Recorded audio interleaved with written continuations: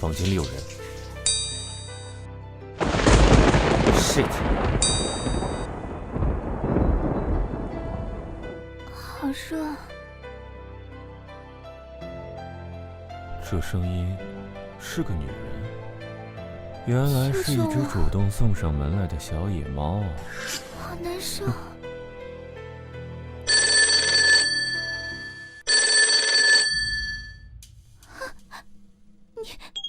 你是谁？不要碰我！滚开！不要碰我！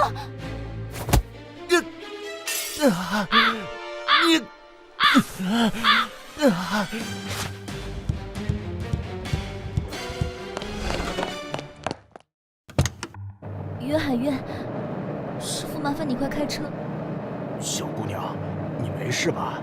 用不用送你去警察局啊？我没事的，谢谢师傅。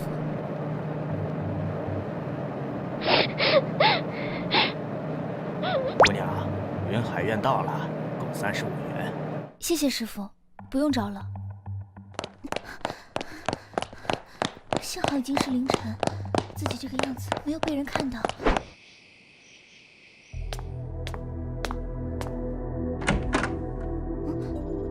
你怎么没睡？你不对，是你。小莫啊，我帮你在凌云大酒店找了份兼职。哎，凌云你知道吗？那可是咱们全市唯一的6星级酒店啊。小莫你渴不？喝点饮料吧。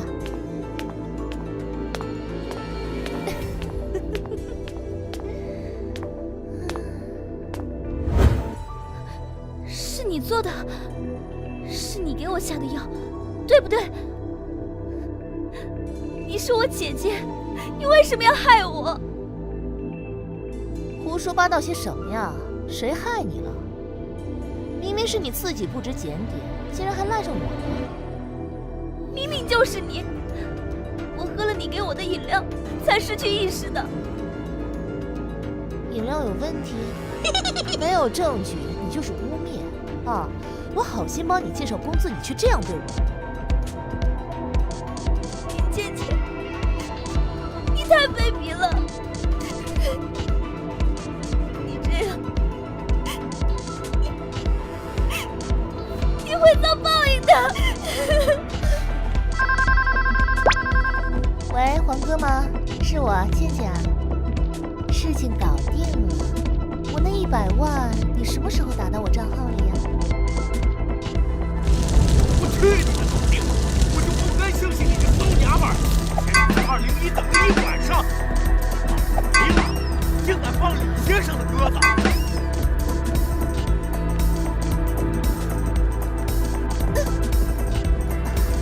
我哪敢啊！201号房。不是201还是哪间？你给我等着，还想要钱？滚！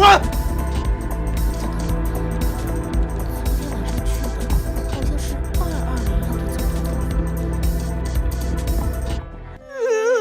我的100万呀！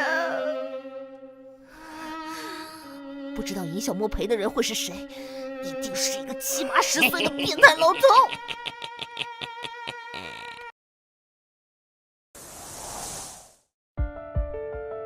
那个女人竟然提到那里，真是该死！刚刚为什么会停电？公家酒店从未有过这种情况。对不起，王子殿下，这都是我的工作失误。没错，这就是宁国的王子殿下。20世纪初，宁国效仿英国、日本等国，正式改组为君主立宪制国家。皇室成员依旧住在努洛伊曼宫中，虽不再参与政事，却仍然享受着尊荣的地位，受到国民的推崇和爱戴，并且牢牢将宁国的石油资源掌握在手中。当代国王因为兼具宁国与华人血统，便为自己取了一个中文姓氏龚。到了21世纪，已经发展出了一个庞大的综合性商业帝国。凌云大酒店只是龚家无数产业中微不足道的一处。触罢了。这种意外，我不希望再有下一次。是。今天晚上我房间里的那个女人，马上给我把她带过来。啊？什么女人？我没有安排啊。立刻给我查，把房间外的监控调出来。女人，你最好不是别有所图，否则……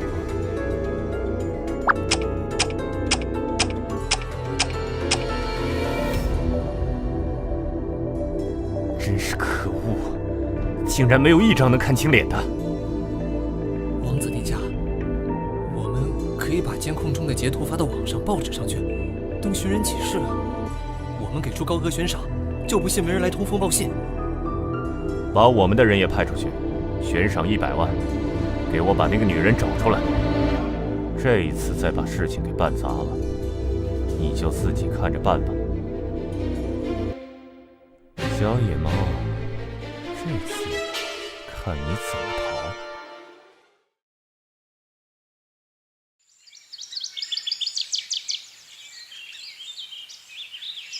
小莫，你等等我。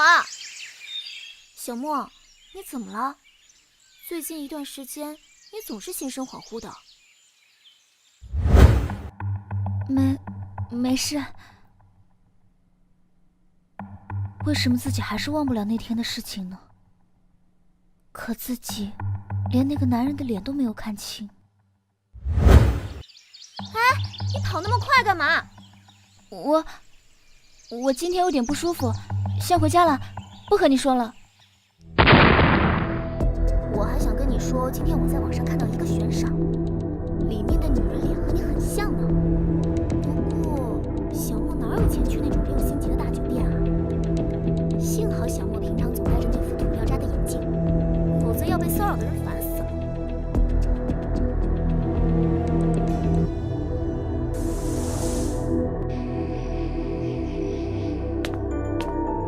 倩倩，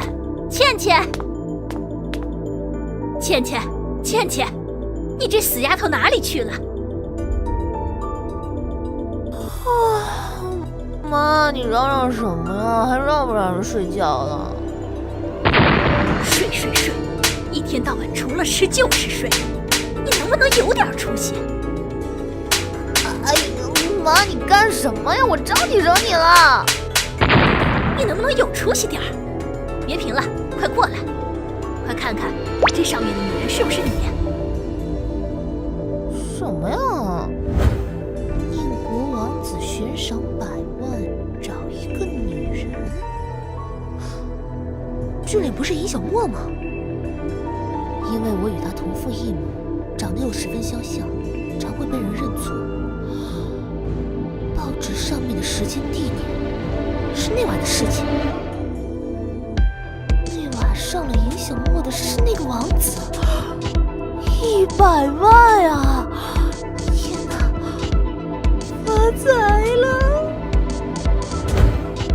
倩，到底是不是你呀？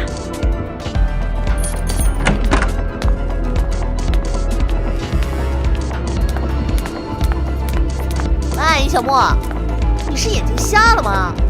看到你母亲和姐姐连个招呼都不会打吗？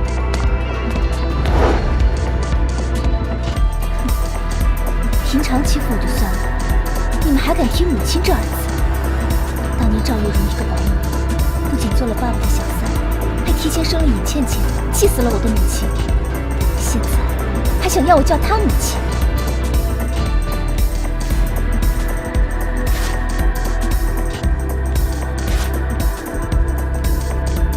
好，赵阿姨，你这是看到了我的母亲吗？我怎么没看到？常言道，不做亏心事，不怕鬼敲门，所以我才看不到她吗？你这个死丫头！妈，等等！妈，那个报纸。小莫啊，你回来的正好。1个月前那天晚上，你凌晨才回来，是不是一直在凌云大酒店啊？那一晚到底发生了什么事啊？尹倩倩，你这么不要脸，那天的事竟然还敢来问我。那天晚上发生了什么，姐姐你不是最清楚的吗？还问我干什么？你，尹倩倩，你，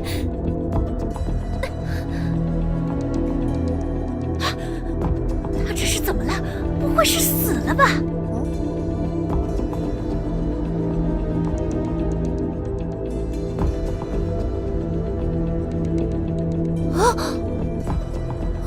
还有气儿！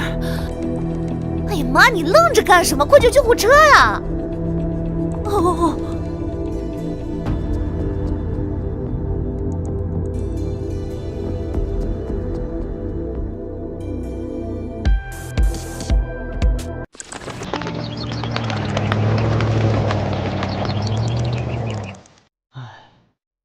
你男朋友呢？怀孕的事情要不要告诉他？我竟然怀了那个陌生男人的孩子。怀孕这么简单的检查，我们医院怎么会搞错？死丫头，未婚先孕，你要不要脸？不行，这孩子必须打掉。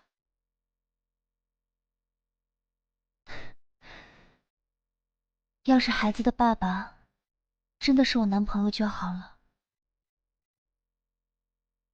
这死丫头哪来的男朋友？这孩子也不知道是哪个野男人的，必须打掉。哎妈，你胡说什么呀？孩子都是无辜的，这样做太残忍了。是啊，孩子是无辜的。这个孩子不仅是那个男人的，也是我的。你吃错药了！嘘，你忘了咱们开的那个寻人启事了？那照片上的人不是我，是他。真的？那他肚子里的是？哎呀，他肚子里的孩子就是那个王子的，你说他不？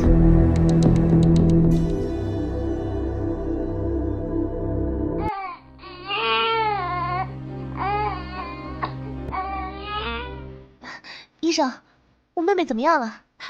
怎么样？母子平安，是双胞胎男孩，不过孕妇中间脱离昏了过去，还好是有惊无险，祝贺啊！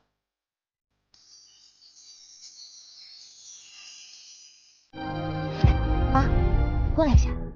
这小贱人还真是命大，怎么就不去死呢？妈，你说尹小沫这么恨我们，以后会让我们过好日子吗？他敢！我名义上好歹也是他妈呀。这王妃的位置，不如给我。医生说尹小沫把毒昏了过去，根本不知道自己生了2个孩子，我们抱走1个，他也不知道。我只要微整一下，再加上1个孩子，谁还能看得出破绽？你的意思是，我们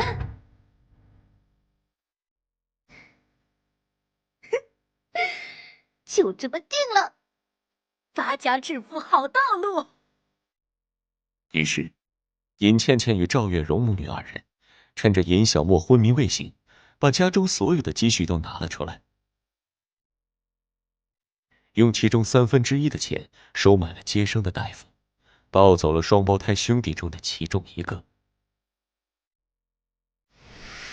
随后，赶在尹小沫醒来之前，尹倩倩母女2人抱着孩子，坐上了前往宁国的飞机。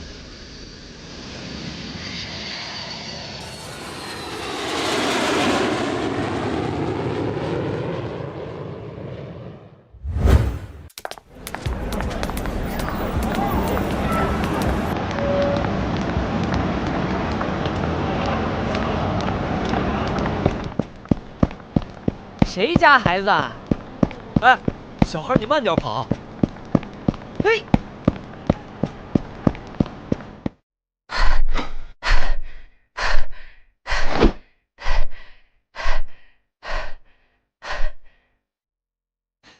怎么办？又跟丢了，跑哪去了？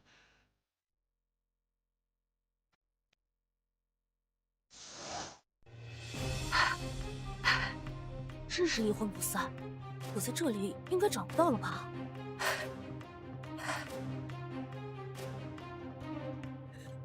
我们分头去找，必须找到小主人。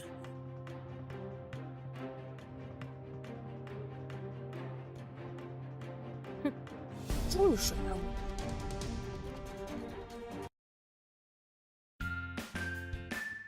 我！哇，好漂亮的城市啊！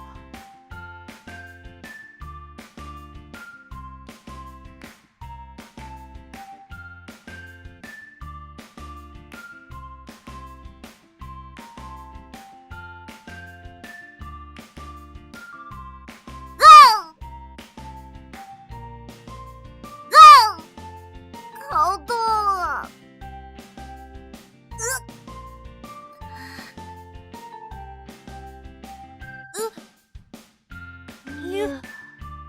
你和我长得好像啊！我叫宫启轩，你是？我叫尹天乐。妈咪说我的名字就是天天快乐的意思。你妈妈对你真好。当然，我妈咪是天底下最好的妈咪。糟糕，那些家伙又找来了，我得先走了。哎，等等！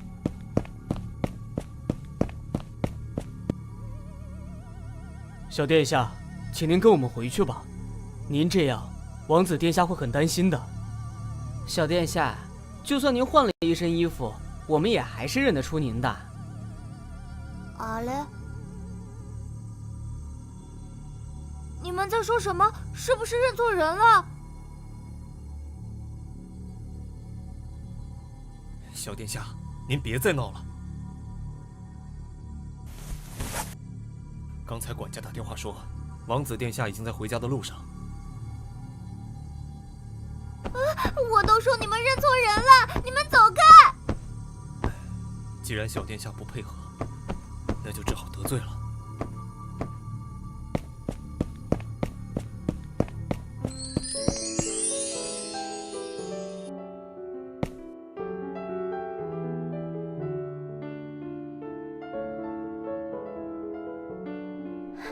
尹天乐，你跑到哪里去了？吓死妈咪了，知道吗？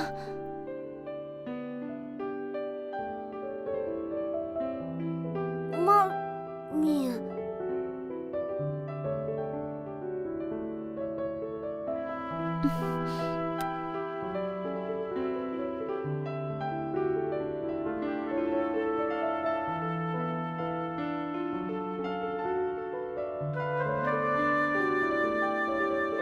宝贝，你的脸怎么这么红？不会是感冒了吧？这个女人，难道是刚才那个和我长得一样的小子的妈咪？果然是十分温柔的妈妈。妈咪抱抱，我就不害怕了。乐乐是在跟妈咪撒娇吗？真可爱。为什么乐乐妈咪会那么温柔，而自己的妈妈却总是私下厌恶地看着自己？妈妈也是冷冰冰的。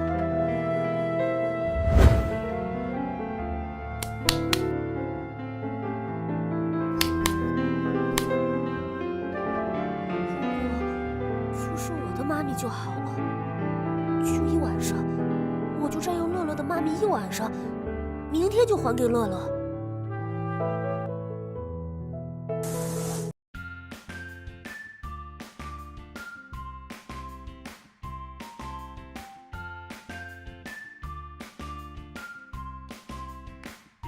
哇！原来轩轩的爸爸真的是王子啊！小殿下，您回来了，王子殿下正在客厅等您呢。好的，谢谢爷爷。去见王子爸爸喽！小殿下对我笑了，嘿嘿，好可爱啊！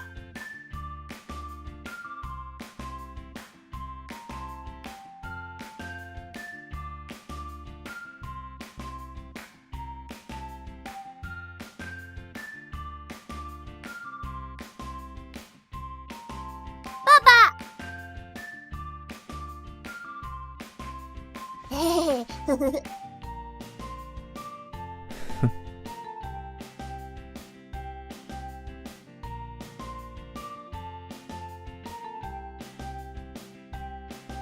宫崎骏，你的礼仪呢？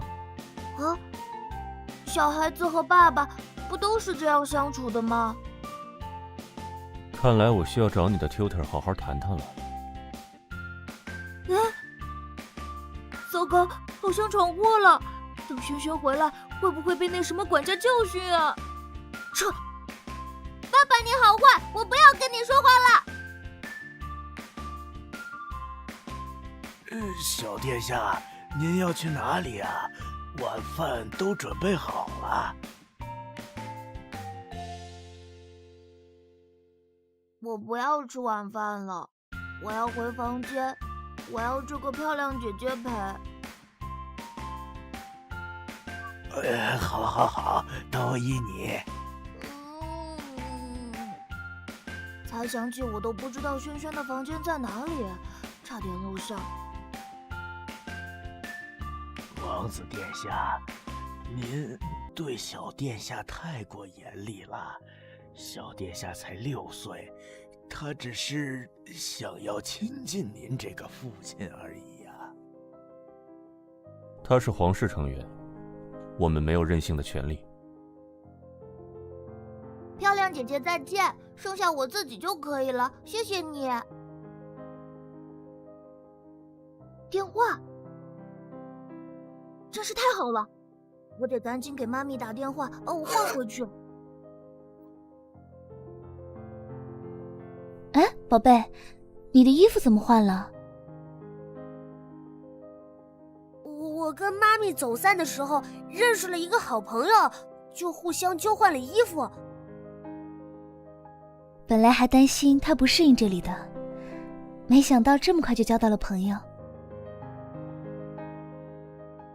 宝贝，下次可以请你的新朋友来家里玩啊。好幸福啊！好啦，妈咪先去做饭，你在客厅里看会儿电视，很快就可以吃饭啦。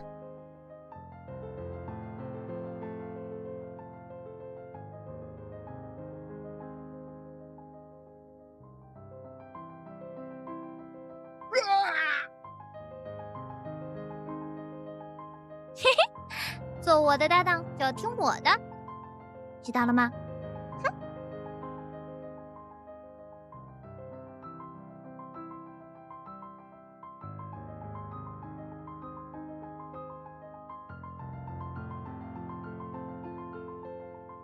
这是我皇宫卧室的号码。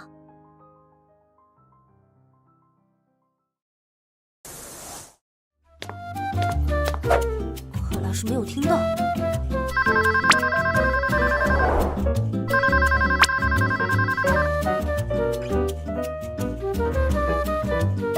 喂，你好，我是宫崎骏。怎么是你接的电话？我妈咪呢？妈咪在做饭，那是我妈咪，不是你的。想来想去，爸爸好像就只剩下身份一个优点。我的爸爸也可以分给你，我爸爸是王子呢，很厉害的。我才不要呢！你爸爸一见面就凶我，一点都不好。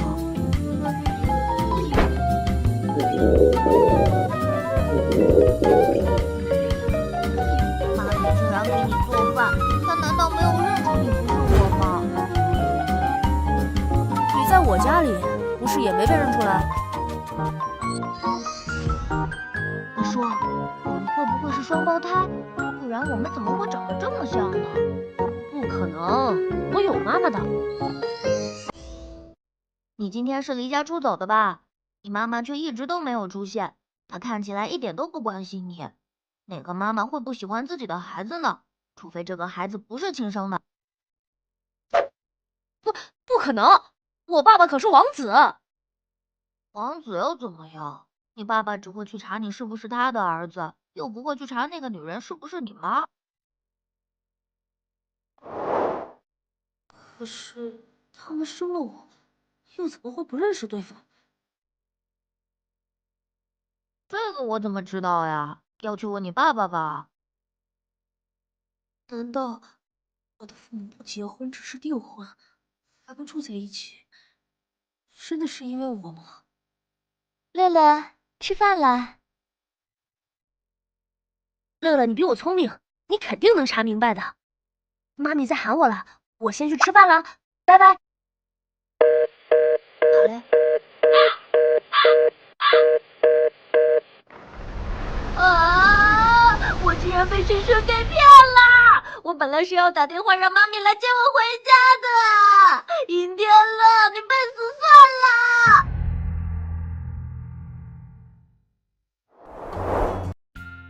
哎呀，是谁惹我们小殿下生气了？告诉夏晨，夏晨帮你出气。没什么了，我跟朋友闹着玩呢。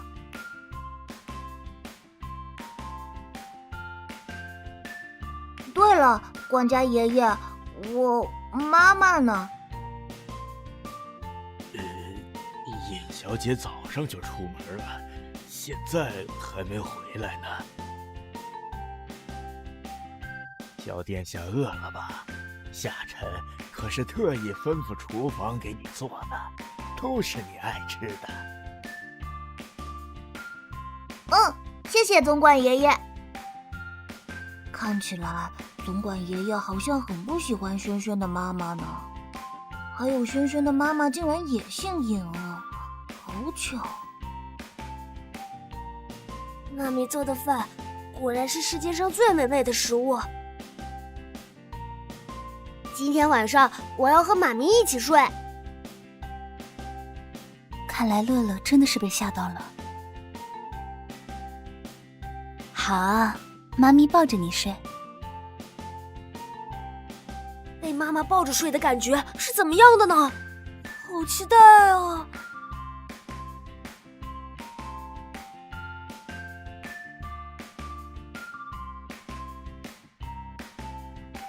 宝贝，怎么了？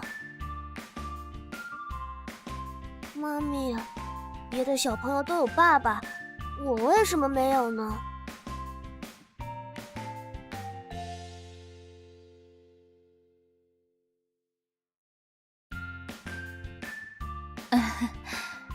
你当然也是有爸爸的，只是我们分手了，所以不住在一起。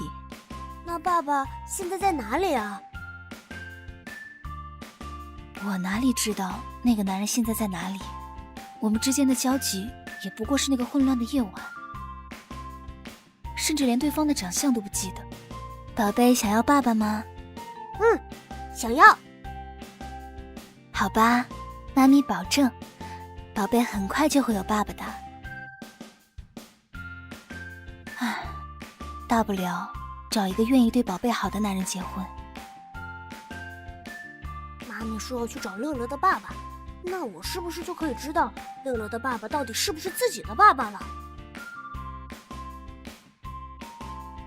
如果妈咪真的是自己的妈妈就好了。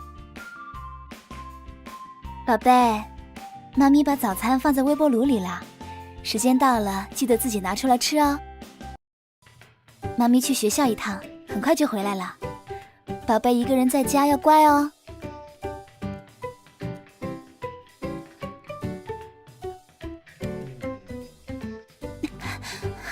天哪，要迟到了！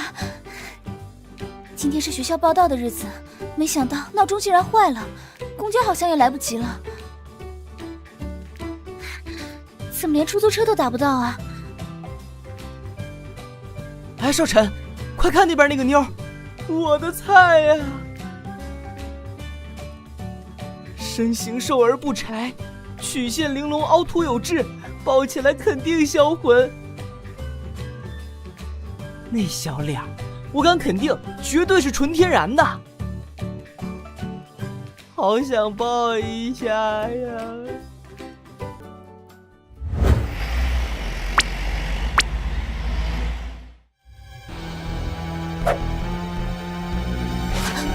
抢劫！啊！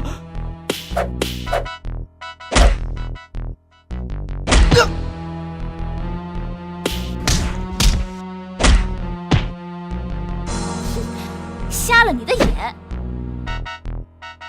竟然敢抢到姑奶奶头上，也不看看姑奶奶是谁。5年前生下儿子后，自己就开始学习跆拳道，这么多年可不是白练的。我靠！没想到居然是朵带刺的玫瑰。这年头的女人都这么彪悍了吗？我原本还想英雄救美来着。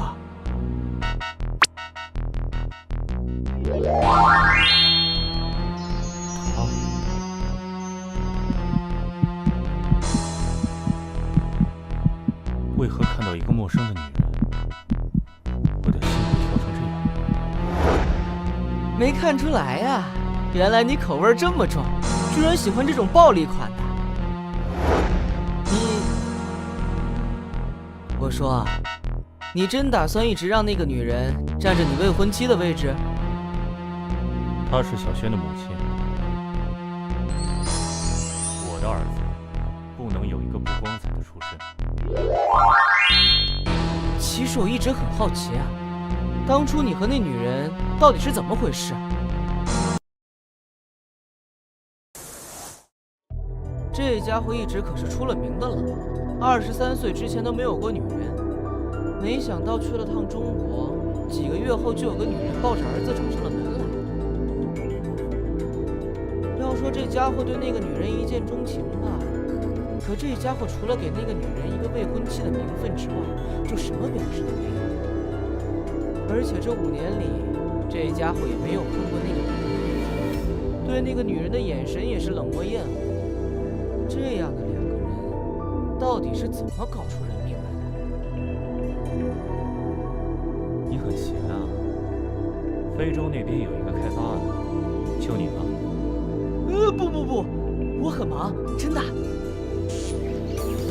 玩笑，我才不要去那种地方，没有美女，我可是半天都受不了。那就闭嘴。OK， 我闭嘴。这家伙肯定是恼羞成怒了，当初该不会是被那个女人给强了吧？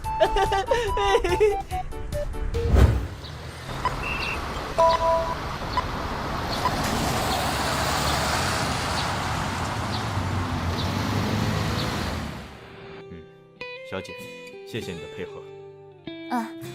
应该的。终于完事儿了。尹小莫，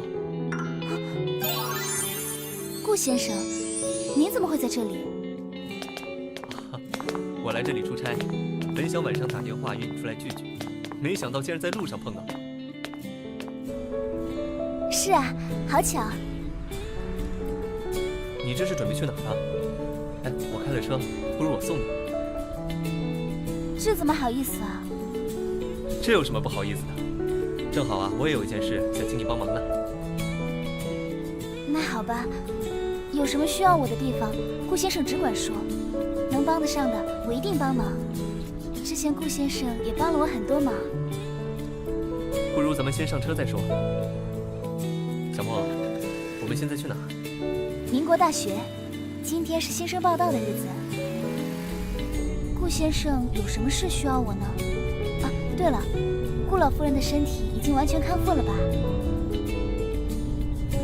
母亲身体恢复得很好，多亏了你的细心照顾。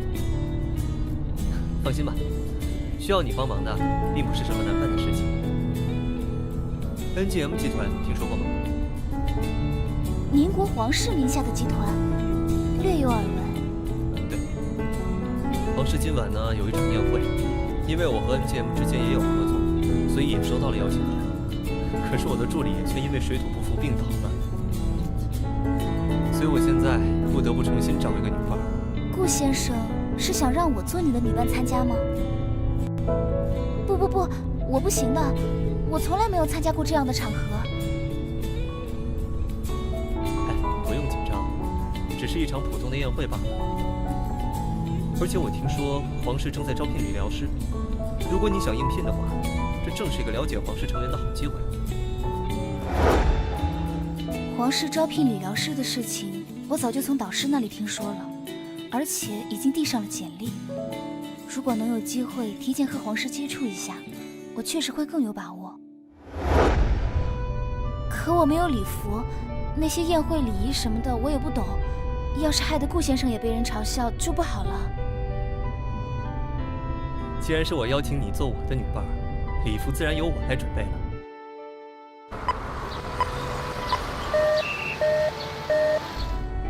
至于礼仪，更不用担心。小莫你啊，只要率性而为便好。小莫，到了哟。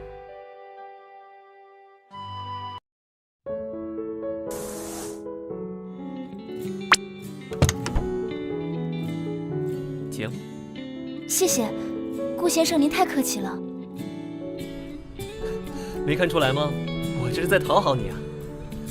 那今晚的事情就这么说定了，好吗？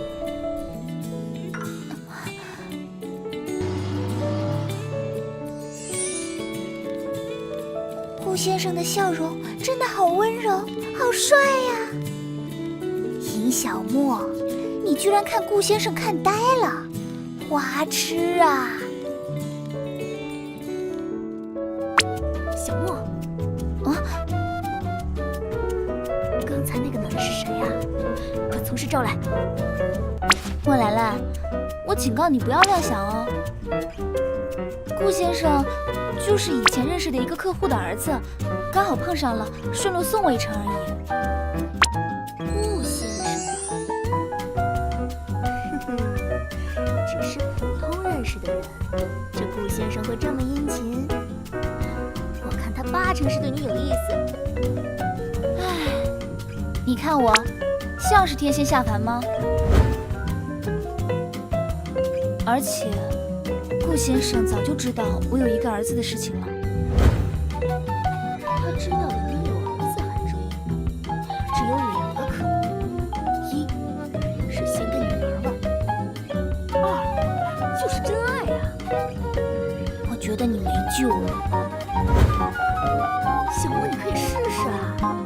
真的，这么优质的男人要是白白放走了，太可惜了。有钱、俊美、温柔、绅士，简直完美。这就是我理想中的男生啊！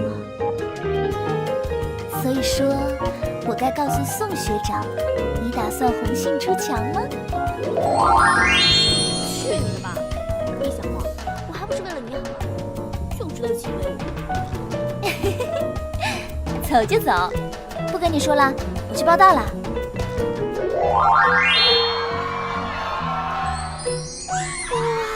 老大好帅啊，韩少爷也好帅。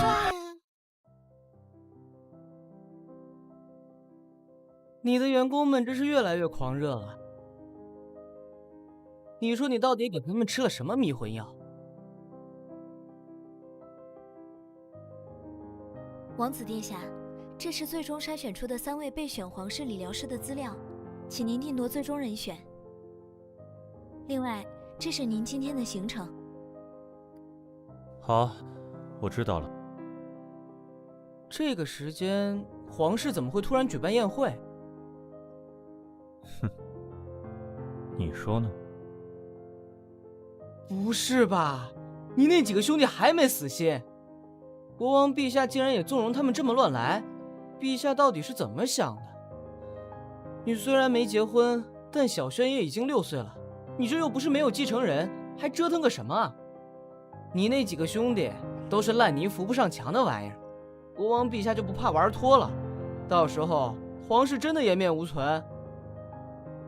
他已经老了，父亲年轻的时候也是一个枭雄式的人物，唯一让人诟病的就是风流太过。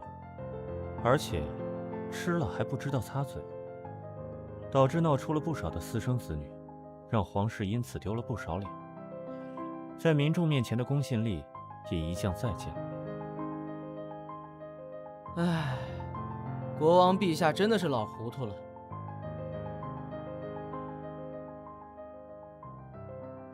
不管是因为年纪大了，心软了，还是不愿意放弃手中的权力，想要找人牵制宫少之，明眼人都看得出来，这绝对不是明智的做法。家族内斗，不管谁输谁赢，最后损伤的都是整个家族的利益。更何况皇室牵扯到的，还是整个国家。不过，你一直不结婚，始终是一个把柄。虽然无伤大雅，但他们揪着这一点闹腾的话，也是烦人。这件事不用再说。好吧，好吧，是我说错话了。我怎么就忘了宫少臣最是厌恶这种包养小三小四的行为了呢？可是有小轩在，你就绝对不会娶那个女人之外的人，对吧？那你就一辈子这么耗着？你要知道，这对你获得王位来说将会十分不利。等，船到桥头自然直。其实他自己也不知道到底在等什么。当年那么急切的想要找到那天晚上和自己共度一夜的女人，但当那个女人真的找过来时，心里却总是十分排斥。自己曾怀疑这女人是骗子，但种种证据都表明，她确实是当初那个女人。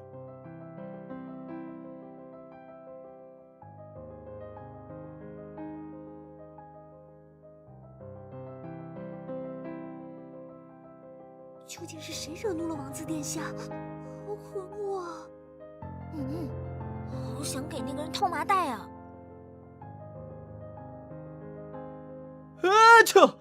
谁在咒我？不过算了，那些人肯定是在嫉妒本少的风流倜傥。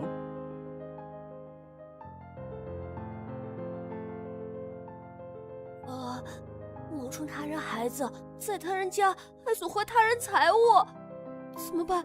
在线等急！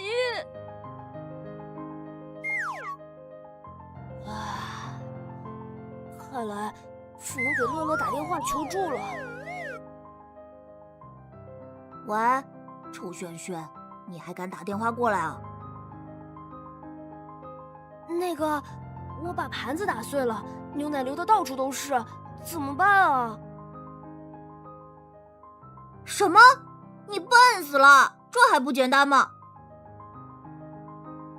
不对，我不告诉你，除非你同意我们立刻换回来，我不想待在你家里了。可是你现在能出门吗？早上起床之后，他确实试图溜出去过，却都被保镖给抓回来了。唉，花费了2个小时，终于办好了所有的报到手续。不知道乐乐在家怎么样了？妈咪，你回来了。你又干了什么好事？儿子虽然大多时候很乖，但熊起来也是1个顶10个。每次宝贝儿子来个突发奇想，家里都得遭殃。看他这样子，果真是又……我把早餐打碎了，但是我都打扫干净了。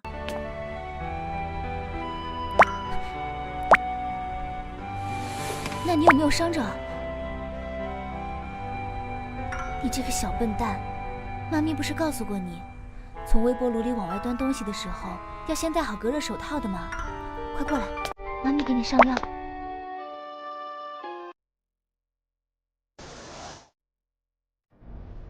原来真正的妈妈是这样的，就算做错了事，也都是先关心她有没有受伤，指责骂，只听了无视。妈咪，你做我妈咪好不好啊？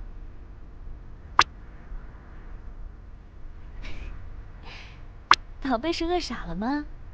我本来不就是你妈咪吗？好啦，宝贝乖乖坐在这里等妈咪，妈咪给你做好吃的，小心点，不要把药膏蹭掉喽。我不能告诉妈咪真相，不然肯定会被送走的。妈，我今天好像看到尹小沫了，他来宁国了，怎么办？如果被他发现……他原本心情正好的拿着龚少辰给他的卡在市中心挥霍，现在这样纸醉金迷的生活，除了龚少辰不肯跟他结婚这一点让他不满以外，所有的一切他都满意的不得了。反正他现在是龚少辰名正言顺的未婚妻，还有儿子这一利器在，早晚有一天王子妃的位置还是他的。却怎么也没想到，原本应该在国内的尹小沫会突然出现在宁国。虽然只是一个一闪而过的背影，但直觉告诉他，那就是尹小沫。他怎么会来宁国？难道他知道了？不可能！当初他疯过去了，我们又买通了医生，他不可能会知道。妈妈只是想找龚少辰惹点情，见面才知道，他那晚根本没看清尹小沫的脸，竟然把我错当成了尹小沫，还愿意负责。王子妃位置的诱惑，我怎么受得了？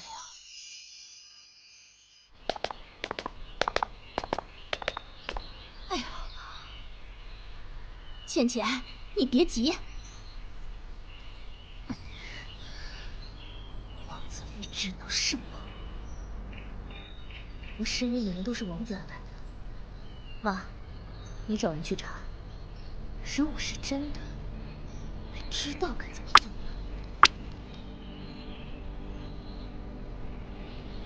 放心吧，妈肯定不会让那死丫头出现在女婿面前。那么些年，我也知道了那准女婿是什么性子。如果我和我女儿做的事情暴露了，下场绝对会十分凄惨。过了这么多年养尊处优的日子，我可不想一朝回到解放前。只是宁国那么大，没有具体信息，想要找到一个人，却并不比大海捞针简单呐。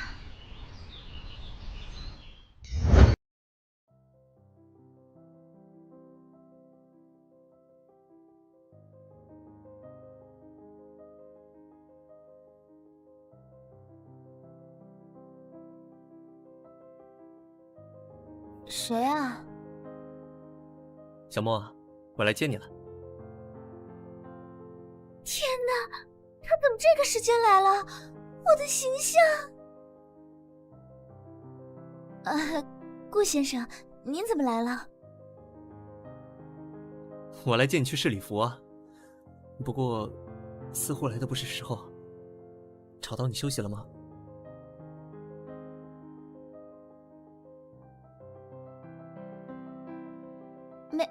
没有，本来就该起了。自己这么大了，还跟儿子一样赖床，实在是太丢脸了。你先进来喝杯茶，我先去洗漱一下。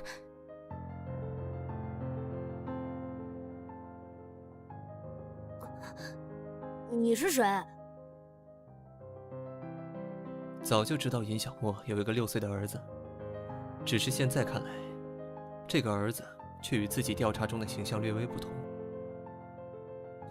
调查里明明说这孩子活泼开朗，可面前这孩子却是一脸冰冷淡漠，而且这种感觉并非浮于表面，倒像是藏在骨子里的。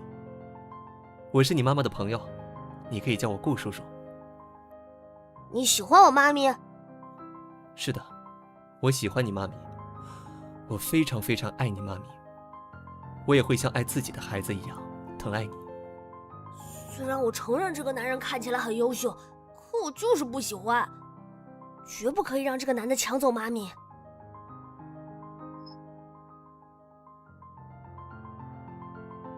宝贝，你也起床了？这位是妈咪的朋友，要叫顾叔叔哦。顾叔叔好。哎呀，看来自己想要追求到小莫的话，孩子这一关怕是不会好过。乐乐你好，很高兴认识你。今天晚上叔叔要跟乐乐借用一下妈咪哦，乐乐可以答应叔叔吗？我早就跟乐乐说好了，我们家乐乐最乖了，对吗？这个狡猾的老狐狸！我不想妈咪跟这个人出去，但是为了让妈咪觉得自己是乖小孩，却不得不点头同意。我一定要快点让爸比和妈咪认识，绝不能让妈咪被别人抢走。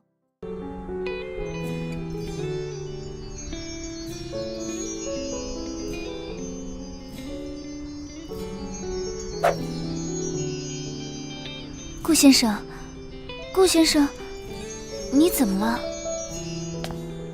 这样的他，真的好想把他藏起来，不让人看到。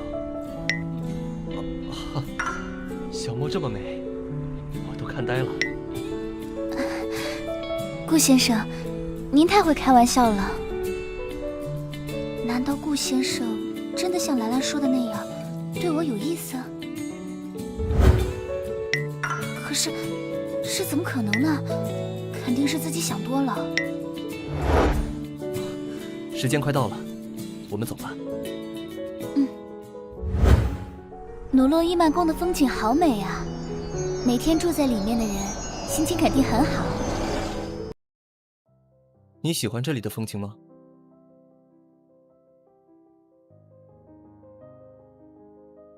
这种清真风格的建筑虽然很美，但相对来说，我还是更喜欢中式园林一些。顾家的祖宅便是传统的中式园林建筑，规模虽然比不上皇宫，景色却是并不逊色的。改天有机会带你去看看。真的吗？顾先生好幸福啊！成年之前，我都住在祖宅里，愉快的回忆却很少，记忆中几乎全是沉重和压抑。成年后，我便迫不及待地搬了出去。不过，若是祖宅能得到小莫的喜爱，便是现在搬回去，我也甘之如饴。我还需要去跟几位长辈打个招呼，你可以先自己四处转转，去那边取点吃的也行。那些经济时政什么的，自己真是一窍不通。听着顾琛他们谈论的话题，只觉得满头雾水。而且，为了穿礼服好看，我晚上都没吃饭，真的好饿啊！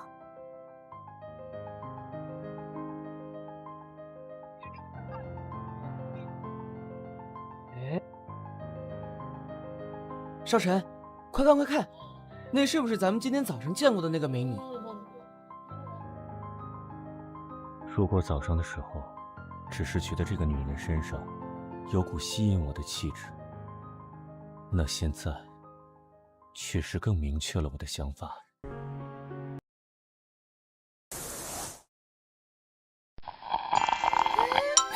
好好喝啊！我想要这个女人。那不是李正浩那小子吗？那小子不是想去跟那彪悍的美女搭讪吧？这下子有好戏看了。韩子明和李正浩都是出了名的风流。韩子明的原则是风流却不下流，但李正浩如果看上哪个女人，一向是不择手段。两个人没少因为看上同一个女人发生冲突，所以韩子明一直看不惯。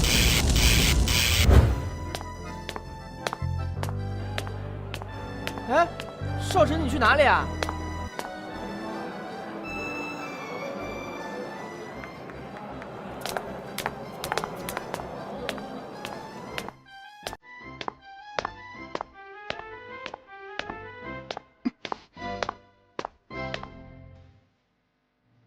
这位先生，你有什么事吗？你好，我叫李正浩，不知道这位小姐怎么称呼啊？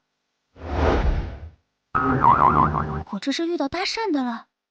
这个男人的眼神实在是太让人讨厌了。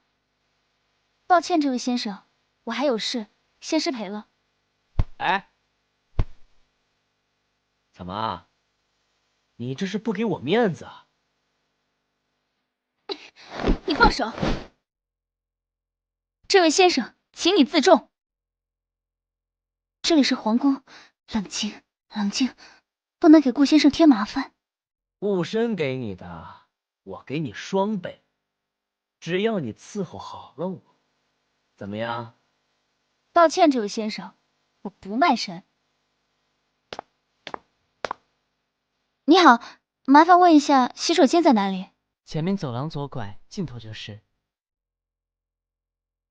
有本事你就一直躲在里面，别出来！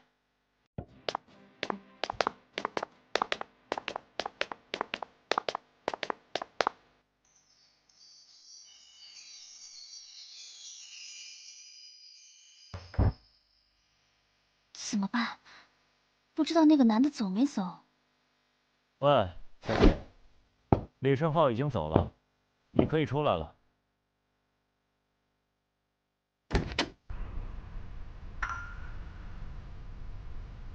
天哪，这双眼睛太熟悉了，这辈子我都不会忘记。看呆了，他发呆的样子，竟是意外的和小轩神似。不对，虽然眼睛很像，但是说话的声音似乎并不一样。怎么可能这么巧就遇上了当初那个人呢？谢谢你帮我赶走了那个人，顾先生可能在找我，我先走了。我帮了你的忙，只是一句谢谢，就算了吗？你想干什么？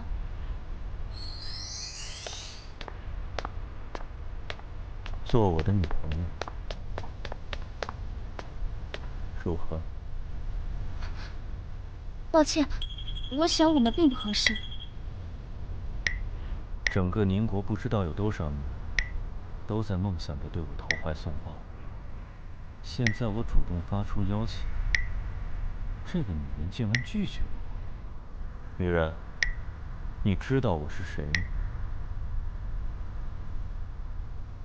是谁跟我没关系，请你让开，再纠缠我就要喊人了。女人，你呀！你想干什么？放手！我要喊人了。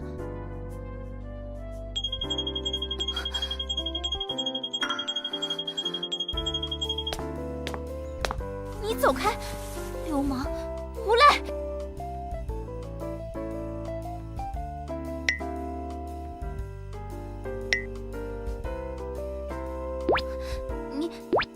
你要是敢对我做什么的话，我就报警，我一定会报警的。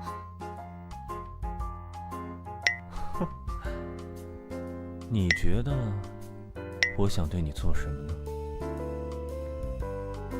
抱歉，我对这种猜猜猜的游戏一点兴趣都没有，请你放开我。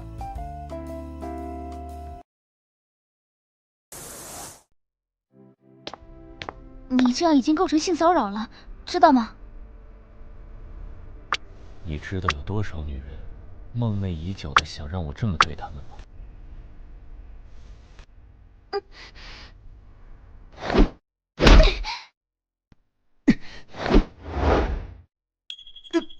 呀！呸呸呸！臭流氓！小莫，原来你在这里。没想到王子殿下也在，怪不得大家都没找到你。啊！哎，他是王子！天哪，我没把人打坏吧？这事可大了！这辈子还是第二次被女人弄得这么狼狈。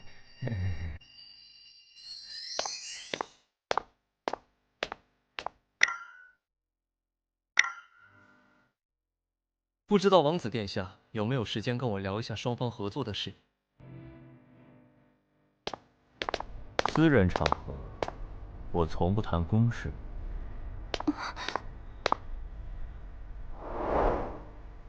既然如此，那我们就不打扰了。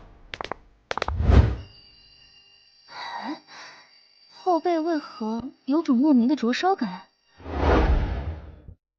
抱歉，是我没有照顾好你。没想到我只不过是离开了一小会儿，就发生了这样的事。那个，顾先生，我可不可以先离开啊？我这就带你离开。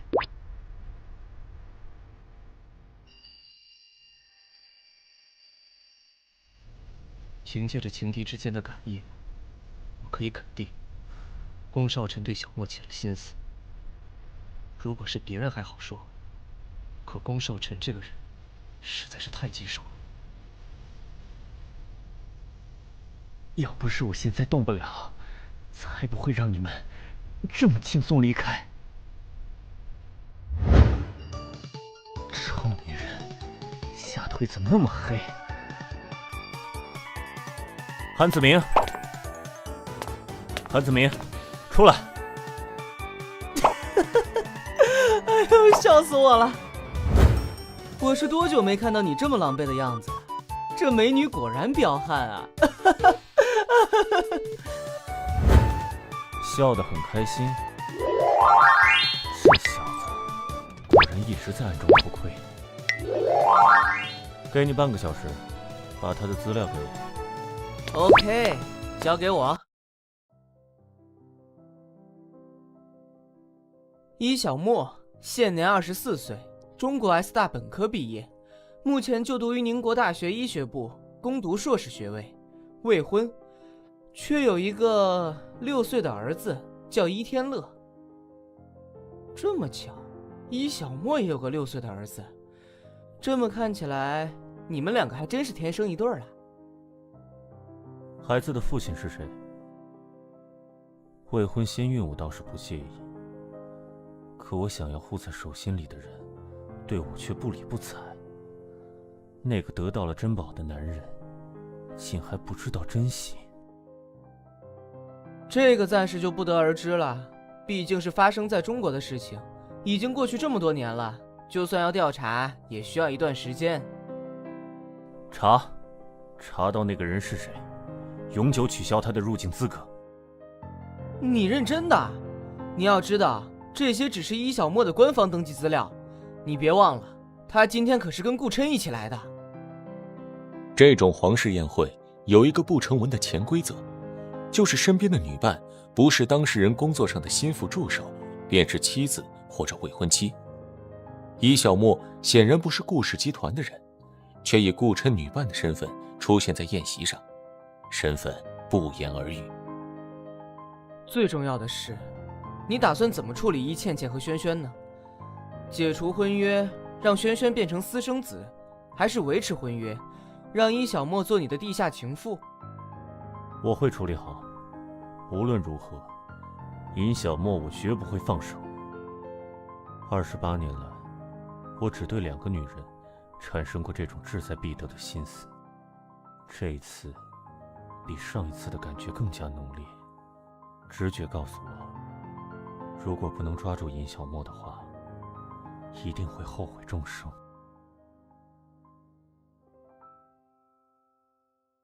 你，虽然我总是开玩笑撺掇着宫少臣去猎艳，但当他真的对一个女人动了心，我却又忍不住先担忧了起来。算了，那你就加油吧。哦，忘了说了，伊小莫好像也参加了皇室的理疗师招聘，就是不知道有没有被刷下去。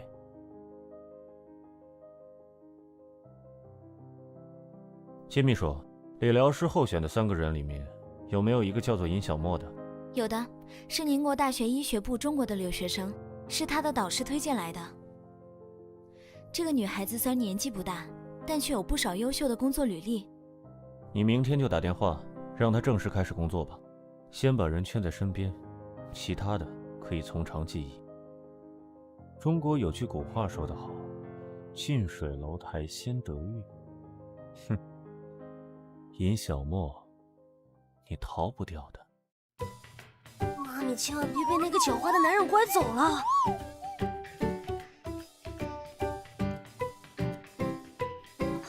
你怎么跑出来的？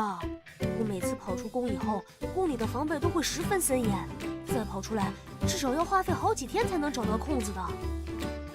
嘿嘿，今天宫里好像在举办宴会，我就趁乱跑出来了。对了，我妈咪呢？妈咪去参加宴会了。看轩轩这样子，再不换回来，妈咪就要被他们抢走了。这样正好，你赶紧回宫去吧，我们换回来。以后我们还可以互相交换吗？你把妈咪借给我，我把爸爸借给你。那是我妈咪，怎么可以随便借给别人？还有，我一点也不喜欢你爸爸，冷冰冰的，无聊死了。我就知道，轩轩肯定在觊觎我的妈咪，绝对不会把妈咪让出去的。你不是说我们可能是双胞胎吗？妈咪也可能是我的妈咪，不是吗？那都是我胡说的。我爸爸也可能是你爸爸呀，毕竟我们长得这么像。你看我们的脸型、眉毛还有鼻子都很像爸爸，眼睛和嘴巴像妈咪。好像是这么回事啊。对了，你妈妈确实很奇怪。我知道有一些人虐待自己的孩子，是因为那些人都是生活过得不好，才拿不能反抗的小孩出气。可是你妈妈是因为你才能成为你爸爸的未婚妻的，按理说应该对你非常好才对啊。所以，我可能真的不是他的孩子。想要知道他是不是你妈妈很简单，去医院做一下鉴定就好了。你觉得医院里的人会搭理我一个小孩子吗？那找个大人陪你去。不行，这件事不能让别人知道。现在又有很多人想要抢爸爸的位置，要是被别人知道了这件事，肯定会拿来威胁爸爸的。那你说怎么办？要不然我们问问妈咪，妈咪肯定会知道自己生的是不是双胞胎吧？我从来没听妈咪说过我还有一个弟弟。还有，那是我妈咪，不是你的。说不定是因为我丢了，妈咪太伤心了，所以才没有提起过我呢。好吧，我帮你问问妈咪。不过很晚了，你该走了，一会儿妈咪该回来了。其实，在乐乐看到别的孩子身边都有爸爸妈妈陪着，他却只有妈妈，也会忍不住想要一个爸爸。即使会多一个弟弟，好像也没有什么不好的。那我真的走了，你一定要记得问啊！把衣服换过来，赶紧走。我记得这个男人，这个男人是妈咪以前打工的时候照顾的一个奶奶的儿子。妈咪怎么和他在一起？难道妈咪谈恋爱了？不会吧！妈咪，你回来啦！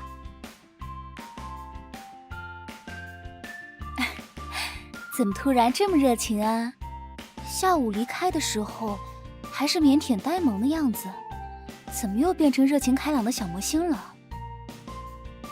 妈咪，刚才送你回来的那个人是谁啊？你不是认识顾叔叔吗？他今天下午才来过咱们家呀。啊，外面天太黑了，我没看清楚嘛，吓死了，差点就露馅了。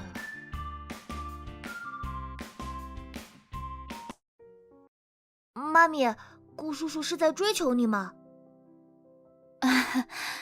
宝贝不是说过想要爸爸吗？宝贝想要一个什么样的爸爸呢？啊，雪雪那个狡猾的家伙，竟然跟妈咪提过爸爸的事情了吗？不过妈咪好像并没有想要把我的亲生爸爸找回来啊，倒像是想给我找个后爸，比如那位顾叔叔。妈咪，我不想要爸爸了，我想要个弟弟。爸爸还算好解决，弟弟的话，我一个人可生不出来。我以前的幼儿园里就有2个女孩子是双胞胎，长得一模一样呢。为什么我没有一个双胞胎弟弟啊？怎么可能每个人都是双胞胎呢？你们幼儿园里那么多小朋友，也就1对双胞胎，对不对？可是，妈咪，我总觉得我也应该有一个双胞胎弟弟的。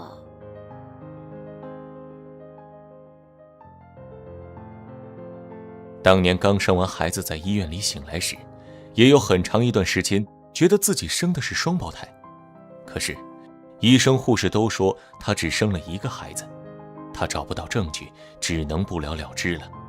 但怀疑的种子却一直扎根在心里。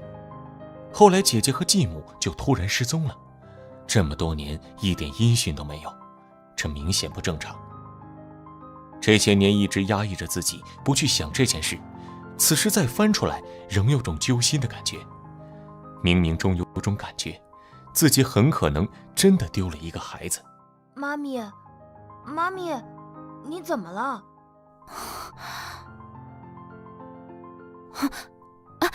没事，妈咪就是想起了些其他的事情。哎呀，太好了，您终于回来了。我回来了。回来就好，回来就好啊。小兔崽子，你又跑到哪儿去了？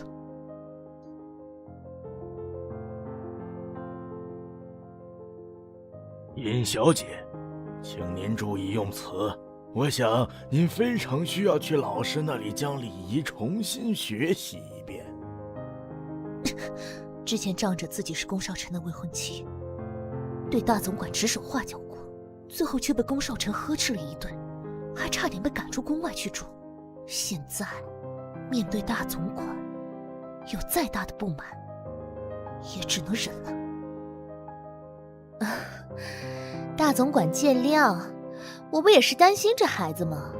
大晚上的，一个小孩子在外面乱跑，多不安全啊！唉，这孩子总是让长辈担心，实在是太不懂事了。小殿下，饿不饿啊？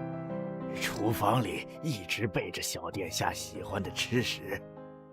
这个老家伙给脸不要脸，敢无视我！看他现在的面目，真的是越发怀疑他是不是自己的亲生母亲了。妈妈，我是不是还有一个双胞胎弟弟啊？你哪来的什么弟弟？谁跟你胡说八道了？难道是遇到尹小木母子了？当初孩子生下来的时候，医生就说过是同卵双胞胎，肯定会长得很像。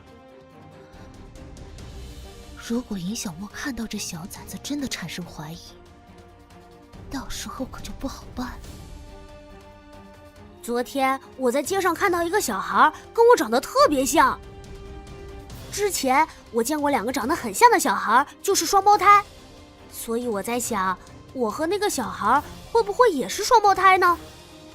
哼，世界上长得像的人多了去了，哪里来的那么多双胞胎？哦，总管爷爷，我饿了。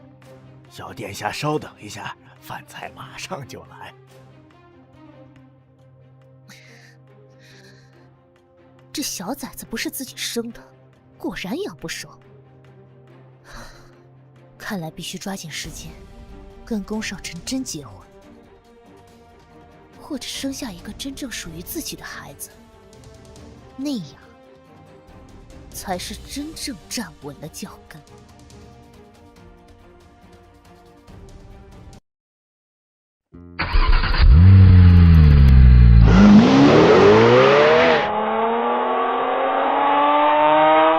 王子殿下，这些文件需要您的亲笔签名。我的理疗师什么时候开始上班？抱歉，王子殿下，我还没来得及联系那位尹小姐。那就现在联系。是。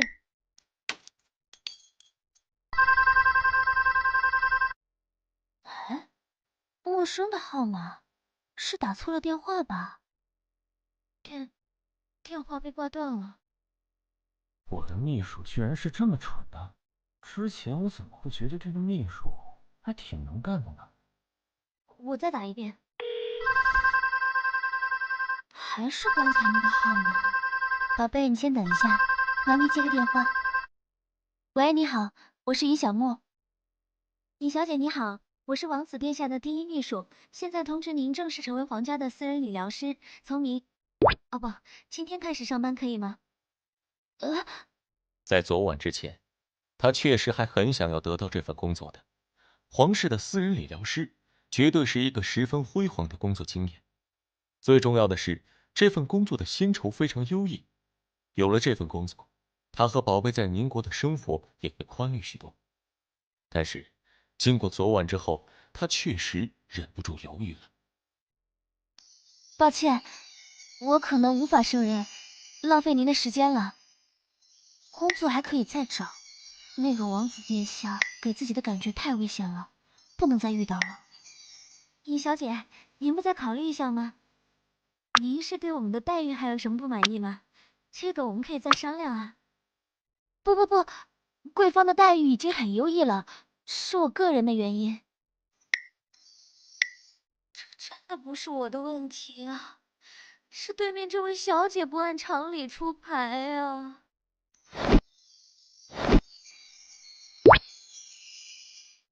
这秘书虽然能力差了点，但还算有隐私，并不全是废物。尹小莫，你，今天开始来工作，我可以保证，在宁国，你很难再找到一份像这样薪酬高、时间自由，可以让你兼顾学业和家庭的工作。不得不承认，宫少臣说的确实没错。拒绝了这份工作，我不可能再找到更好的。自己吃苦倒是没关系，但是难道让宝贝也跟着自己一起吃苦吗？好吧，我接受这份工作。不过我有一个条件，我们只是工作关系，你必须跟我保持安全的距离。我上午还有些事情，没有办法立刻开始上班。可以，没关系。你的工作时间是从我下午下班后开始，今晚6点到短信上的地址这里来。我不喜欢迟到。你真是霸道。妈咪，你要开始工作了吗？妈咪不想去的话，就不要去了。妈咪要养自己，还要养宝贝啊，当然要出去工作啦。从今天开始，妈咪就是皇室理疗师了，是不是很厉害呀？妈咪要成为皇室理疗师了，那拿妈咪身份证炒股赚钱和开投资公司的事，就还是不和妈咪说了。妈咪好厉害，那是不是只要妈咪见到了轩轩和他爸爸，一切就真相大白了？轩轩，妈咪成为皇室理疗师了，你又可以见到妈咪了，妈咪是不是很厉害？我们先去你的学校报名，然后再去玩。我们只有1个白天的时间，所以水晶公园或者水上村落只能选一个地方。去水晶公园。都听宝贝的，其他地方我们可以以后有时间再逛，不急。尹天乐的入学测试不到1小时就以全部满分搞定了3份试卷，能将这3份入学测试做到及格，就已经算是天才了。能达到满分的，历年来也只有1个人。各班老师为了抢尹天乐，差点动起了手。最后还是尹天乐自己决定用抽签的方法，抽签结果为1班。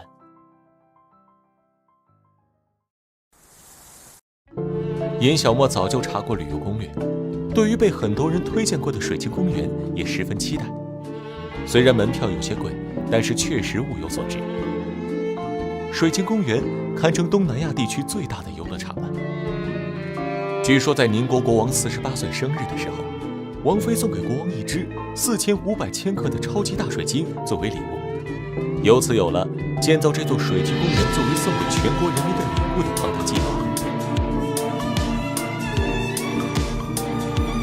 殷小沫好像也回到了无忧无虑的少女时代，和儿子一起到处疯玩，一直玩到下午4点半，两人才意犹未尽地出了水晶公园。好可惜啊！我听别人说，这里晚上还会有很多精彩节目呢。没关系，以后我们再来好了。也是呢，而且下次说不定还可以和轩轩还有爸爸一起来。走，我们回家喽！二殿下，我这里有几张十分精彩的照片，不知道你是否感兴趣？殷小沫，本少爷看上你，那是你的福气。本只想等你一人食饱来出口恶气，没想到你身边孩子的样貌竟然如此有趣。殷小沫不给我面子，宫少臣你爱多管闲事，碍于你的身份，我做不了什么。但是，如果是给你宫少臣添堵的事情，本少爷自然也绝不会放过。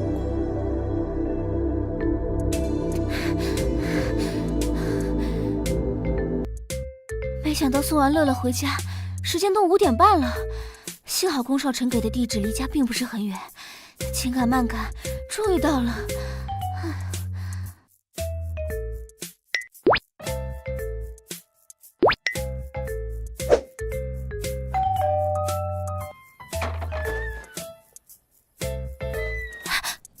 怎么是你？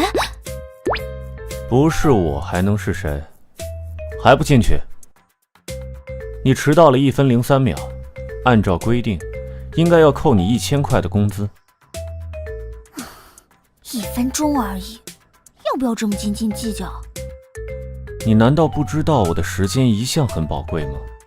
想要我不扣你的工资也行，不过浪费了我宝贵的时间，你打算怎么补偿我？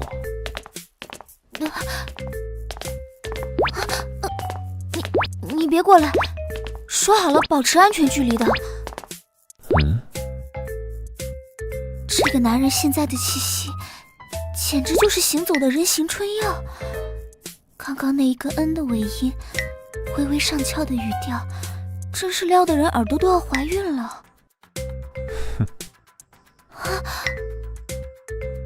你真的不想让我靠近？你快走开，不然可别怪我不客气了。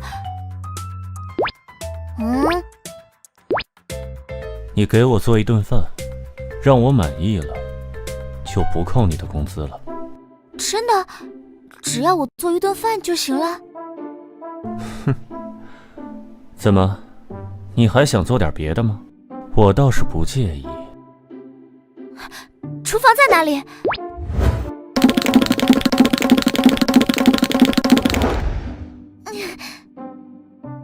说实话，无论从哪方面来说，宫少臣确实都是一个十分优秀的男人。他拥有着足够吸引世上任何女人的资本，但是凭自己的条件根本配不上宫少臣，更何况我还带着孩子，自己早就过了爱幻想的年纪了。如果宫少臣只是想跟自己玩玩的话，就更无法接受了。一切不以结婚为前提的谈恋爱都是耍流氓。总之，我和他是绝对不可能的。先工作，其他的事以后再说。船到桥头自然直。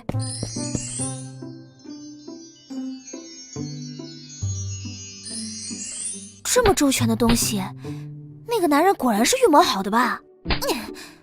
万物的资本家，我恨你！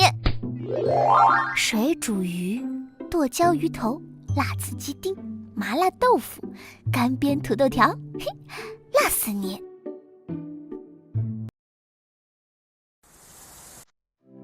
你怎么知道我喜欢吃辣的？闻起来味道不错。可恶！要是知道，我就做一桌子甜味的菜了。以前顾及自己的身份，连真正的喜好也不敢让人知道。现在一个人把5道菜都吃得一干二净。你是饭桶吗？作为你的理疗师，我必须告诫你，晚饭吃太多会对身体造成很大的负担，尤其是这些菜全部都是辣味的，对消化系统的刺激更大，十分不利于养生。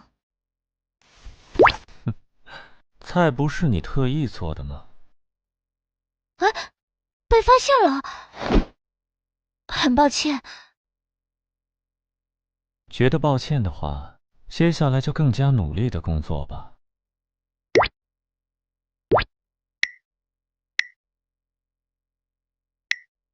你干嘛突然笑得这么……这么什么？请王子殿下把您的体检报告给我一份，我需要详细了解您的身体状况，以便制定合理的理疗方案。在那里。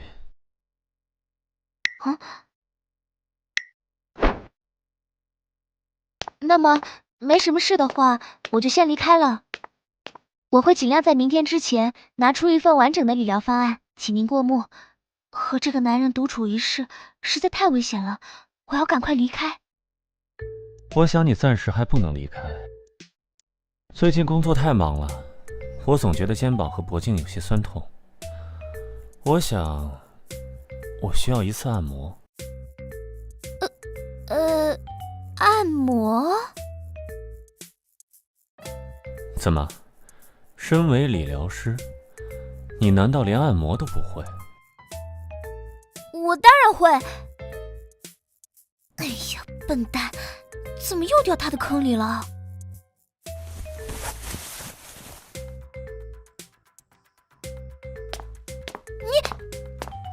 你干什么？要按摩的话，我自然是要先洗澡了。洗澡脱衣服不是很正常的吗？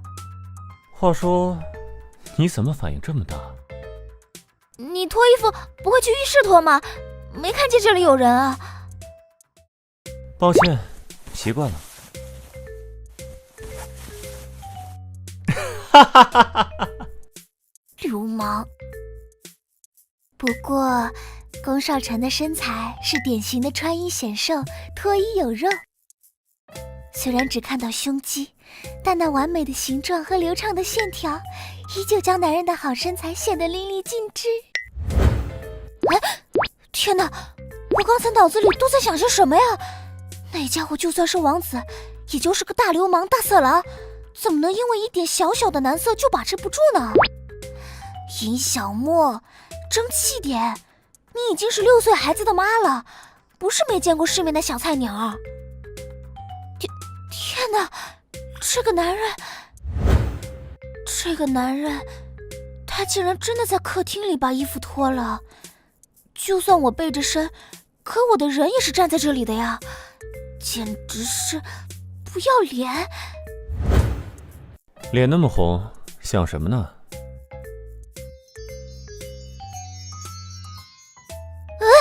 这样诱惑人，好犯规！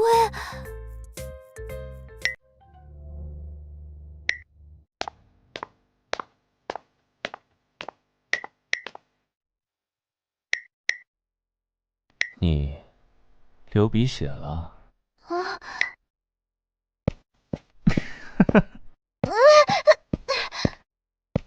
老天爷啊，我都干了些什么？怎么就能这么没出息呢？都怪他，简直就是个引人犯罪的妖精。幸好长了一双讨厌的眼睛，否则真怕自己把持不住，直接把人给扑倒了。唉，这种少女心态实在不适合自己。宫少臣或许只不过是觉得自己跟他之前见过的女人不一样，有些新鲜，无聊拿来逗个趣罢了。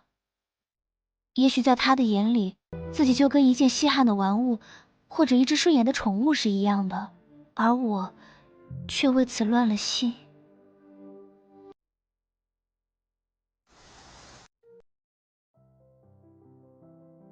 过来，给我吹头发。抱歉，我应聘的是皇室理疗师，并不是保姆，这不在我的职责范围之内。你这个女人，怎么又回到了我们第一次见面时那满身是刺的模样？那就开始你的工作吧。期待了很久，到天都完全黑了也没有看到尹小莫，甚至连父亲都没有回家。乐乐，妈咪没有来，爸爸也没回家。那他们去哪里了？总管爷爷说，爸爸今晚在外面住。外面？那房子里是不是只有爸爸和妈咪2个人？孤男寡女，这样最容易培养感情了。爸爸在外面的房子一向不喜欢有多余的人在。爸爸会和妈咪结婚吗？如果我现在的妈妈是真的，那爸爸真的和别人在一起了，妈妈该怎么办呢？我妈咪才不会做破坏别人家庭的事情呢。虽然心里已经认定自己有一个双胞胎弟弟，而且那个弟弟就是轩轩。不知道自己为什么和弟弟分开，分别跟着妈咪和爸爸。但是现在这一切还没有证实，妈咪一直单身，爸爸却有了别的女人，气死了。我们找时间去查一下 DNA 吧。我让家里的佣人去做，不让别人知道这样本是属于我们的。好，不过别让你现在的妈妈知道，小心她会搞破坏。对了，我今天去新学校报名了，紫藤花小学。你也要上小学了吧？是哪个学校？我也是呢。总管爷爷说明天带我去报名。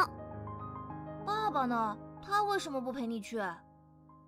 明天你就撒娇耍赖，一定要让你爸爸陪你去。为什么？爸爸本来就不喜欢自己，这样会不会更讨厌了？轩轩真的是很笨呢，看来还得我出马。我们中国有句古话，叫做会哭的孩子有糖吃。我能感觉到爸爸是喜欢你的，不过他那个人怎么说呢？对了，闷骚，就是这样。他就是闷骚，爱在心里口难开，所以你要主动一点，使劲撒娇打滚，告诉爸爸你是需要他的，搂下他，听到没？信了你的，我就是笨蛋。妈咪回来了，不跟你说了。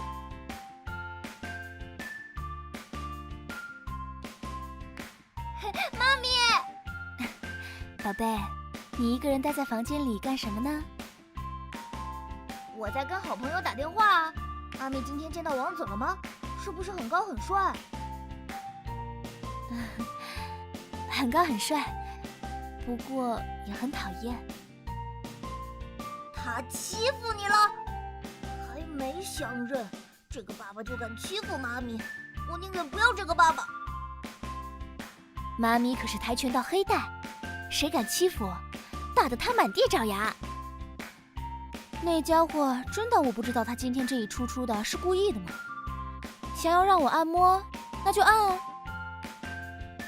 在国内和老师学了一套按摩手法，虽然效果非常显著，但按的时候特别疼。于是，那妈咪为什么讨厌王子啊？怎么和自己想的不一样？妈咪怎么完全不认识轩轩爸爸？那家伙不仅长了一双讨厌的眼睛，态度还那么轻佻。不喜欢就是不喜欢，哪有那么多为什么呢？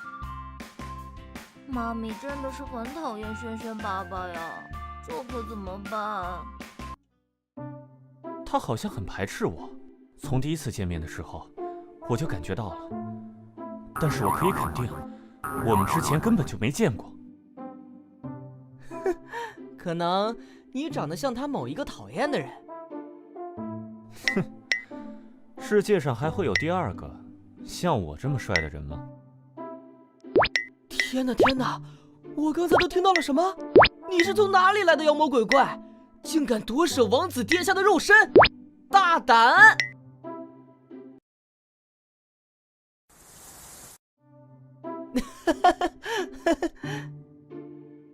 没想到你竟然是这样的王子殿下，这些年我真是看错你了。演够了吗？唉，说实话，这么多年我还是第一次知道，原来你也会开玩笑。古人说的果然没错，每一个面瘫实际上都是闷骚。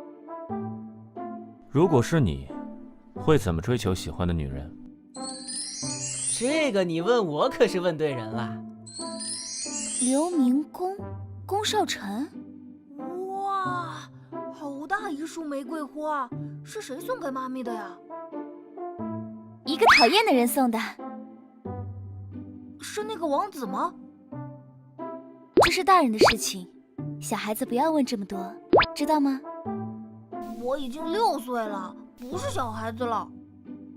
是，我们家宝贝是快要读1年级的大孩子了。哼，在妈咪的眼里，我永远都是小孩子。妈妈有事要去趟学校，你自己在家里要乖哦。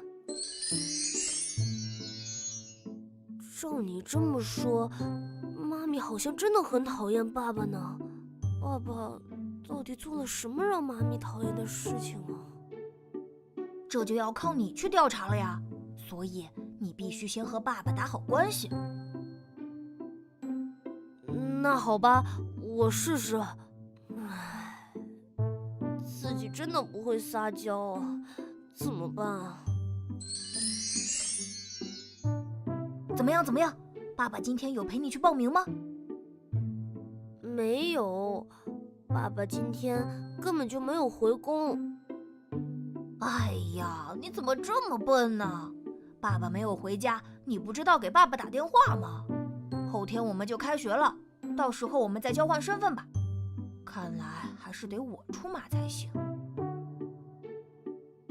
好吧，太好了，乐乐终于要跟我换身份了。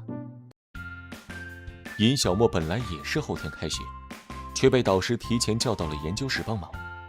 因为还没有开学，所以他并没有研究室的通行证。小沫只好给之前招待他的德拉学长打了个电话，请他帮忙开门。啊，小沫，你来了，导师还没到，我先带你到研究室参观一下吧。啊，好的，谢谢学长。不用这么客气。对了，我听说你成功被聘为皇家理疗师了，恭喜呀！哼，一个外国的留学生。也不知道用了什么见不得人的手段，才得到了这份工作，竟然还有脸炫耀。莉莉丝，你怎么说话的？哼，色令之婚的人呢？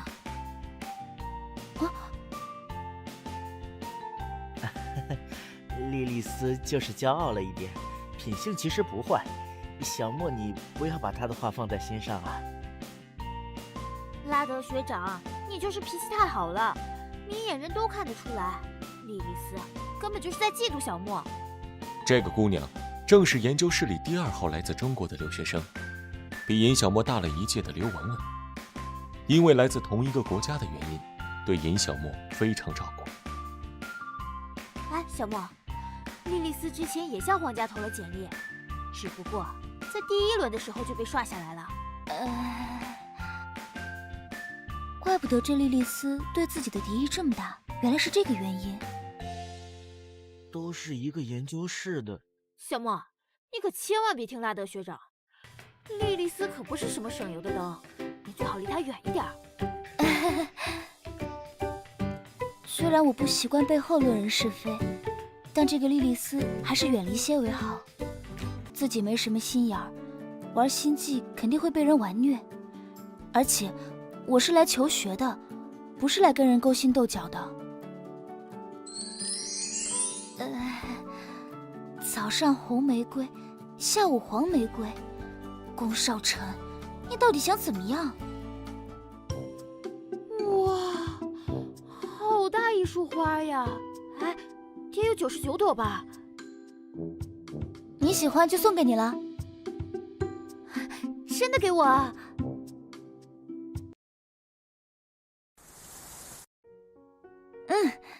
本来就是要扔到垃圾桶的，送人还省了我的功夫呢。竟然是 CG 花店的花。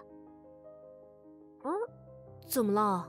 CG 是一家专于珍贵品种花卉的花店，里面所有的花呀，都是从各国空运来的极品。天哪，这么奢侈啊！这个太贵重了，我不能要。你还是拿回去吧。再贵也就是一束花，被人喜欢它才算有价值。到我手里，它的归宿就只能是门外的垃圾桶。不好意思，我去趟洗手间。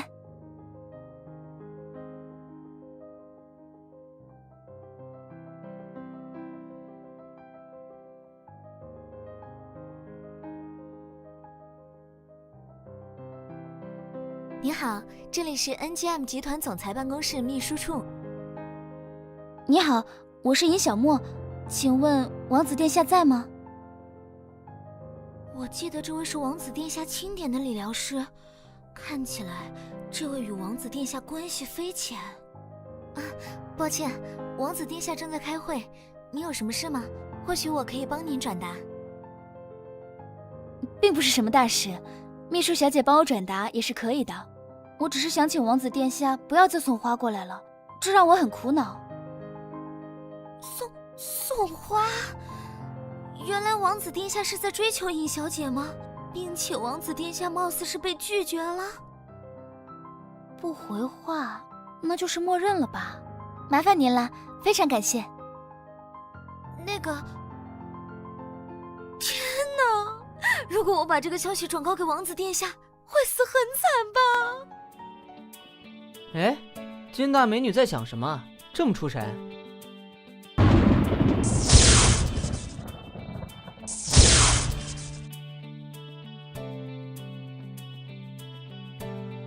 看这个脸色，我会被炒鱿鱼吧？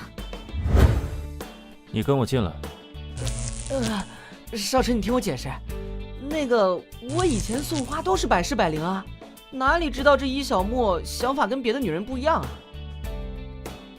送花这个策略虽然不怎么走心，但那花可是花中奢侈品，况且送花的人还是位高权重、英俊多金的王子殿下，换成别的女人，还不立刻拜倒在宫少臣的西装裤下了？哼，也是我太蠢了，竟然会相信你。这个家伙什么时候靠谱过？从小到大都是典型的成事不足败事有余。喂，你这太过分了吧？哎，你要去哪里啊？我呸！去他的低调含蓄吧！我就要直截了当，开门见山。去宁国大学。不得了喽！冰山被融化，好像一下子变成活火山了。这是要喷发的节奏哦！迈巴赫，终于出来了。这是旁边迈巴赫的主人。小莫，这里。顾先生。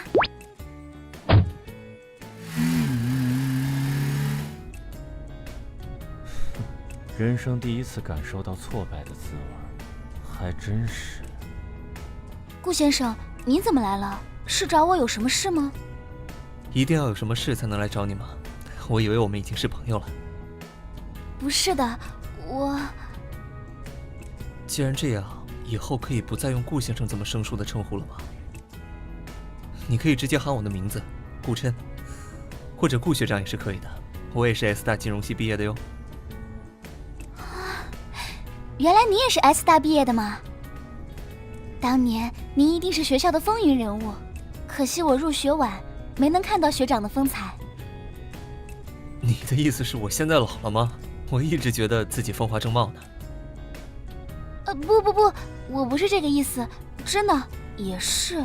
顾琛其实也才28岁呢，只是这人的形象就是成熟而稳重的，让人不知不觉就忽略了他的年纪。真的吗？那在小莫心里，我是个怎样的人呢？这个要怎么说呢？总不能说自己心里一直觉得顾先生像个温柔的长辈吧？八成会误会吧。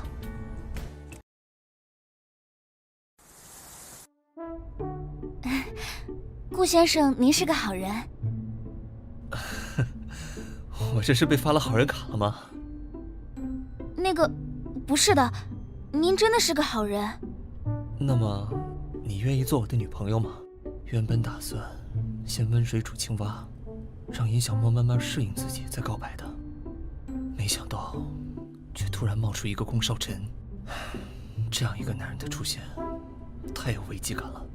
我想了一夜，终于下定决心，提前告白。今天难道是愚人节吗？像顾琛这样的人，怎么可能看上平凡的自己呢？可是现在，这太突然了，我根本没有准备。现在是9月份，愚人节已经快过去半年了。我也只是想抢先在自己爱的女孩心里留下一席之地罢了。啊，我并没有让你现在就给我一个答复，我可以给你时间考虑。只是3天后我就要回国了，希望到时候可以收到你的回复，可以吗？好的，我会认真考虑的。那个，顾先生，您在前面把我放下就好。我突然想起还有点事要办，得失陪了，不好意思。好吧，那你一个人在外面注意安全。谢谢。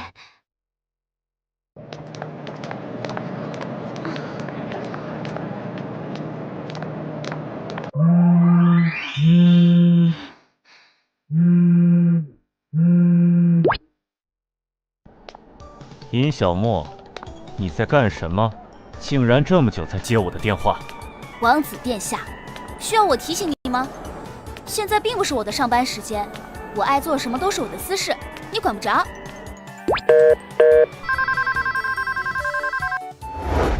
唉，好吧，你是我的衣食父母，我还真不敢把你拉黑。尹小莫，你长胆子了，竟然敢挂我的电话！我前面那个身影是……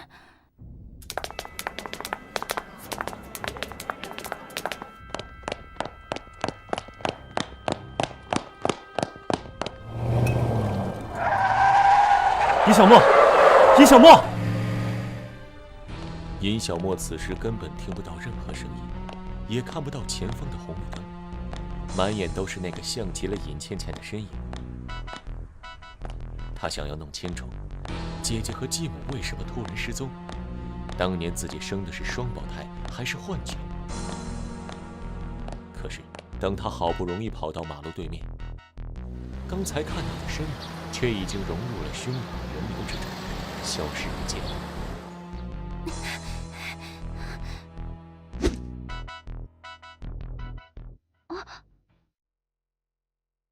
你刚才在干什么？不想活了吗？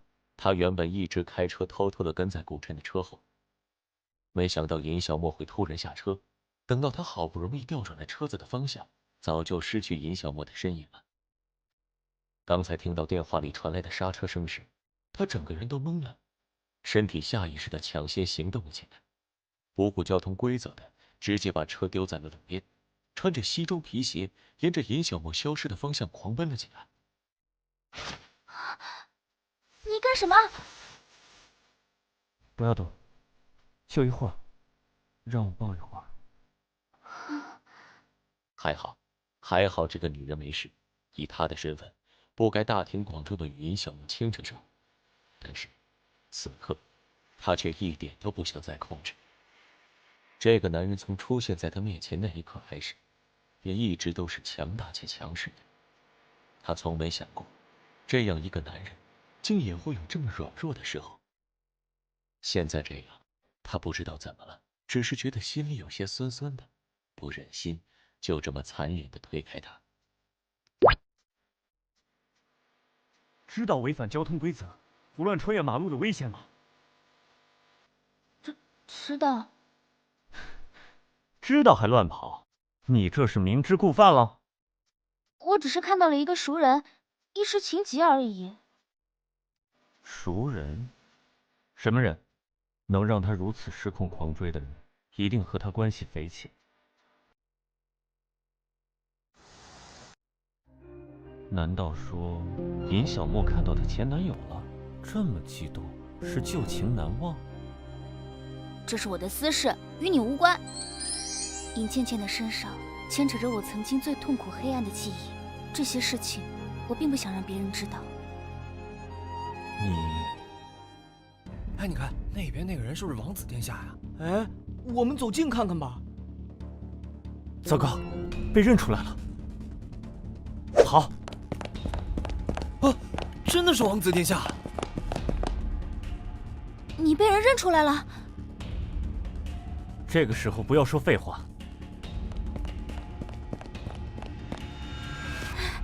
不，我不行了，跑不动了。你快放开我！他们追的是你，又不是我，你干嘛拽着我啊？哼，你确定要我放开你？他们都已经看到你跟我在一起了。你说，如果被他们追上，他们会做些什么呢？是啊，狂热的粉丝是没有理智的，说不定我会被那些疯狂迷恋这家伙的女生给撕碎。可我真的跑不动了。再坚持5分钟，不远处就有一处大型的地下停车场，只要进入到里面，就可以借助地利摆脱后面的人了。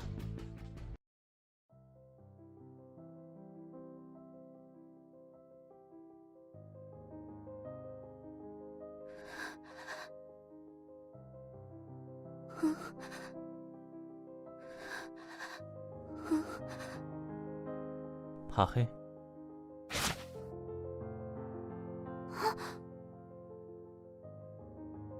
别怕，我在。这样的温暖，我多久没有感受过了？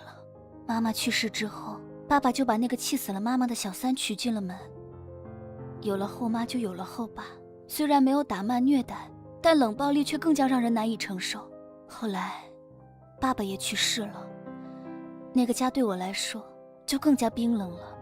我都算不清自己有多久没感受过这样的温暖了。妈妈，妈妈，这个女人什么意思？我哪里像女人了？还是个中年妇女。哎，去哪儿了？你刚才叫我什么？这个女人如果不好好解释一下的话，我……你干什么？太像了。第一次见面的时候，我就觉得宫少晨的眼睛特别像那天晚上那个男人。抱歉，宫少晨不可能是那个男人，他们的声音完全不一样。是的，他一定不是。你伤了我，一句道歉就行了。知道伤害皇室是什么罪名吗？我都跟你道歉了，一个大男人要不要这么小气啊？唉，好吧，你说要怎么样才能原谅我？我受伤了，需要人照顾。皇宫里有的是佣人。可是打伤了我的人是你啊，而且如果让别人知道了，肯定会问我是怎么受伤的。赤裸裸的威胁，更可悲的是，自己却不得不接受。唉，我只能在白天没课的时候照顾你，晚上8点之后必须回家，这是我最大的让步，绝不可能把宝贝一个人放在家里不管。可以。别出声，我们赶快出去，离开这里。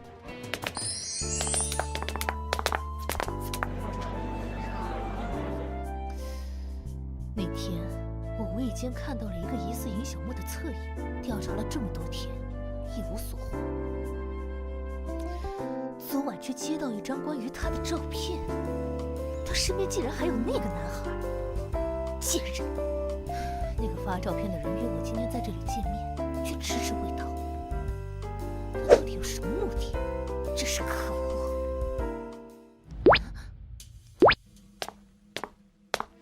是你？现任的宁国国王生性风流，私生子女无数，碍于皇室威严，这些私生子女大多都不能被正名。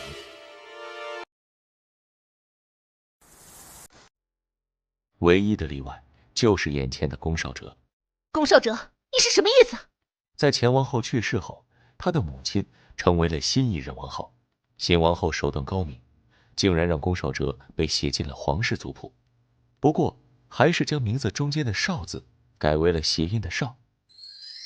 所以，即便宫少哲面上被称为二王子殿下，在上流社会看来，依旧是名不正言不顺。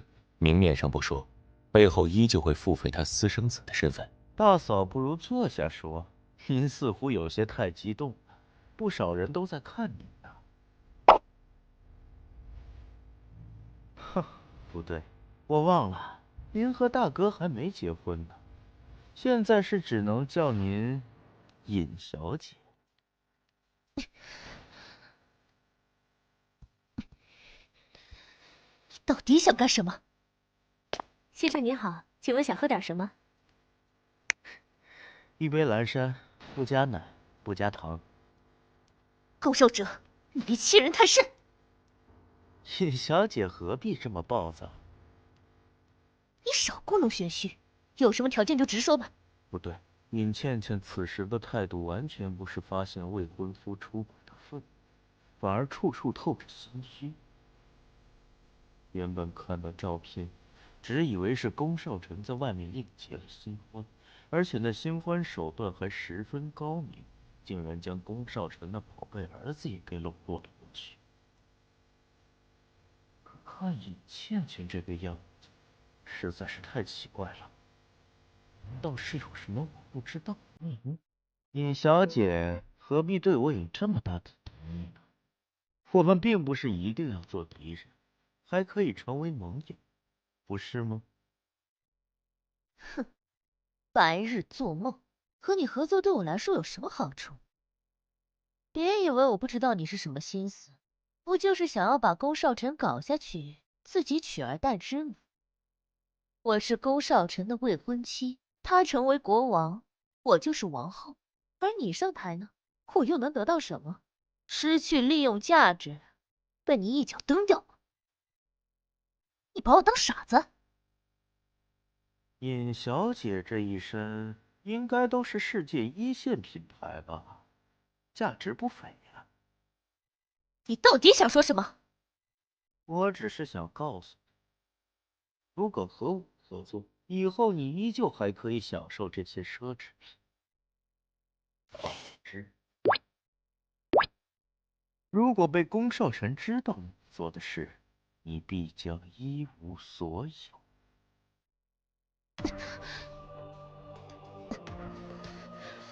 怎么合作？很简单，保住你的地位，然后想办法把我想要的消息弄到手。好，我答应了。但是你也要帮我一把，我不想再在宁国看到那个女人。不，你可没有讨价还价的资格。那个女人身边一定有宫少臣的人守着，我一动手，肯定会被宫少臣给盯上。尹倩倩对我来说，不过是一颗可有可无的棋子罢了，可不值得付出如此大的代价。你不要想着消极怠工，这样子的照片，我那里可是还有很多呢。先生，您的蓝山咖啡，请慢用。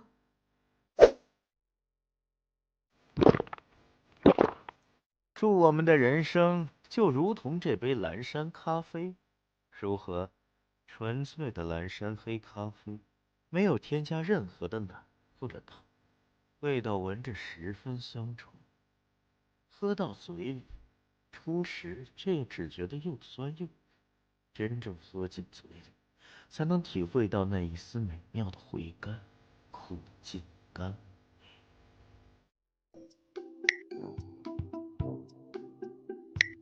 这是你们的车，不知道这里不能停车吗？是，我知道了，罚单拿来吧。虽说事迹从权，但确实违反了交通规则。没看到违反了交通规则还这么嚣张的，把你的驾照拿出来我看看。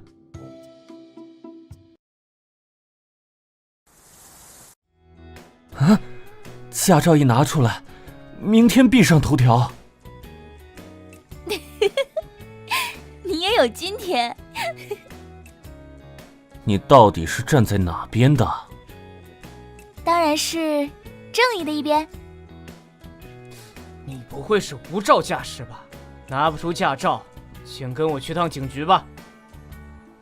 真去了警局，被人发现了身份，事情就更闹大了。啊，怎么是韩子明的？对了，前几天韩子明确实借过我的车去开，没想到居然把驾照落在了我的车上。哼，韩子明算起来其实是跟我有一点亲戚关系的，两个人的轮廓长得十分相似。此时我又戴着一副几乎遮住了半张脸的墨镜，交警应该认不出驾照上的人不是我。你们这些年轻人就是喜欢乱染头发。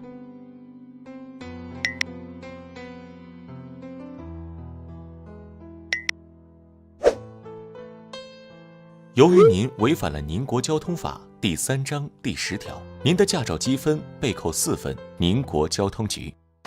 谁？是哪个孙子偷了我的驾照？被我找到，我一定要！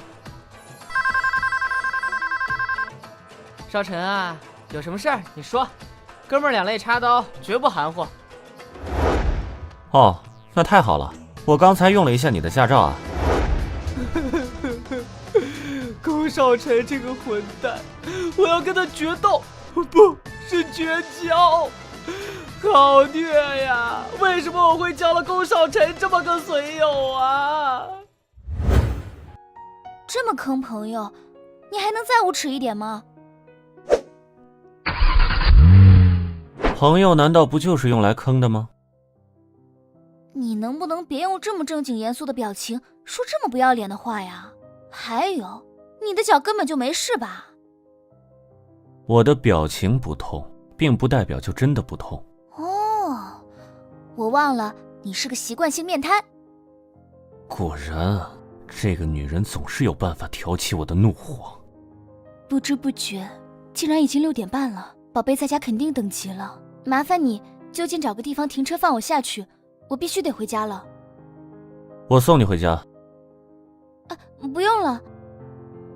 要不我送你回家，要不你自己从车上跳下去。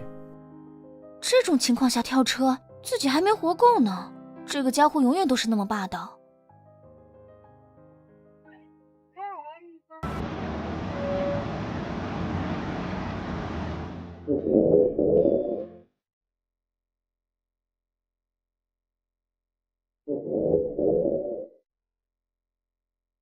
妈咪明明说过下了课就回家，可现在都快7点了，妈咪还没有回来，好担心妈咪是不是出了什么事儿，还有我肚子也好饿。啊，妈咪回来了！送妈咪回来的人是爸爸。妈咪和爸爸和好了吗？谢谢你送我回来。不请我上去喝杯茶吗？半夜3更孤男寡女的，我可不想和这个男人传出什么桃色新闻来。抱歉不方便，他走不送。还真是绝情呢。哼，明天记得准时报到。以后我一定要在龚少晨的常规保养药膳里多加一些黄连，苦死这个家伙。妈咪，你回来啦！哎呀，宝贝肯定饿坏了吧？都是妈咪不好，妈咪这就去做饭。唉，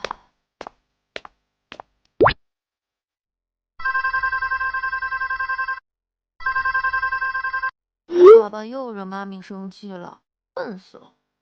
妈咪进门的时候脸都快鼓成包子了，肯定是被爸爸气的。小轩怎么了？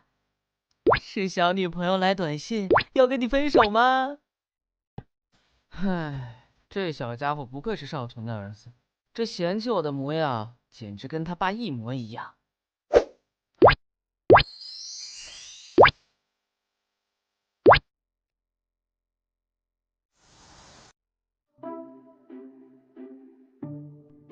哎呀，小轩这个样子看起来可爱多了呢。怎么，你现在已经只能靠着欺负小孩子来获得成就感了吗？欺负人家儿子被当场抓住，好心虚啊，怎么办？少晨，你什么时候回来的？走路怎么连个声音都没有啊？人走路怎么可能没有声音？没听到？大概是你欺负我儿子欺负得太专心了吧？更心虚了怎么办？我怎么就那么手贱呢？父亲，听说你今天入学测试拿了满分。是的，父亲。不过昨天还有一个叫尹天乐的小朋友也拿了满分，我并不是唯一一个，得先透露一点，也让爸爸知道乐乐的存在和优秀。总管爷爷说，爸爸当年就是满分入学的，我和乐乐也都这么优秀，所以我们肯定都是爸爸的孩子吧。这孩子现在这么拘束，是因为先前被我训斥过，所以不敢再对我表现亲近了吗？你很棒，谢谢父亲。去玩吧。至于你，跟我去书房。你再这样会失去本宝宝的，你知道吗？我要你帮我再去查一次6年前的事。当年因为总公司突然出了问题，不得已而回国，可我却从来没有一刻忘记过那晚逃跑的那个女人。后来尹倩倩抱着孩子找上门来，却让我大失所望。我完全无法接受尹倩倩的靠近。派出去调查的人得到的结果都显示，尹倩倩就是那个和我共度一夜的女人。况且这中间还有一个小轩， DNA 是无法作假的。我给了尹倩倩未婚妻的身份，强迫自己忘记那一晚。可就在今天，那双在黑暗中熠熠生辉的眼睛却再次从我的脑海中浮现了出来，并且与尹小沫的眼睛重合在了一起。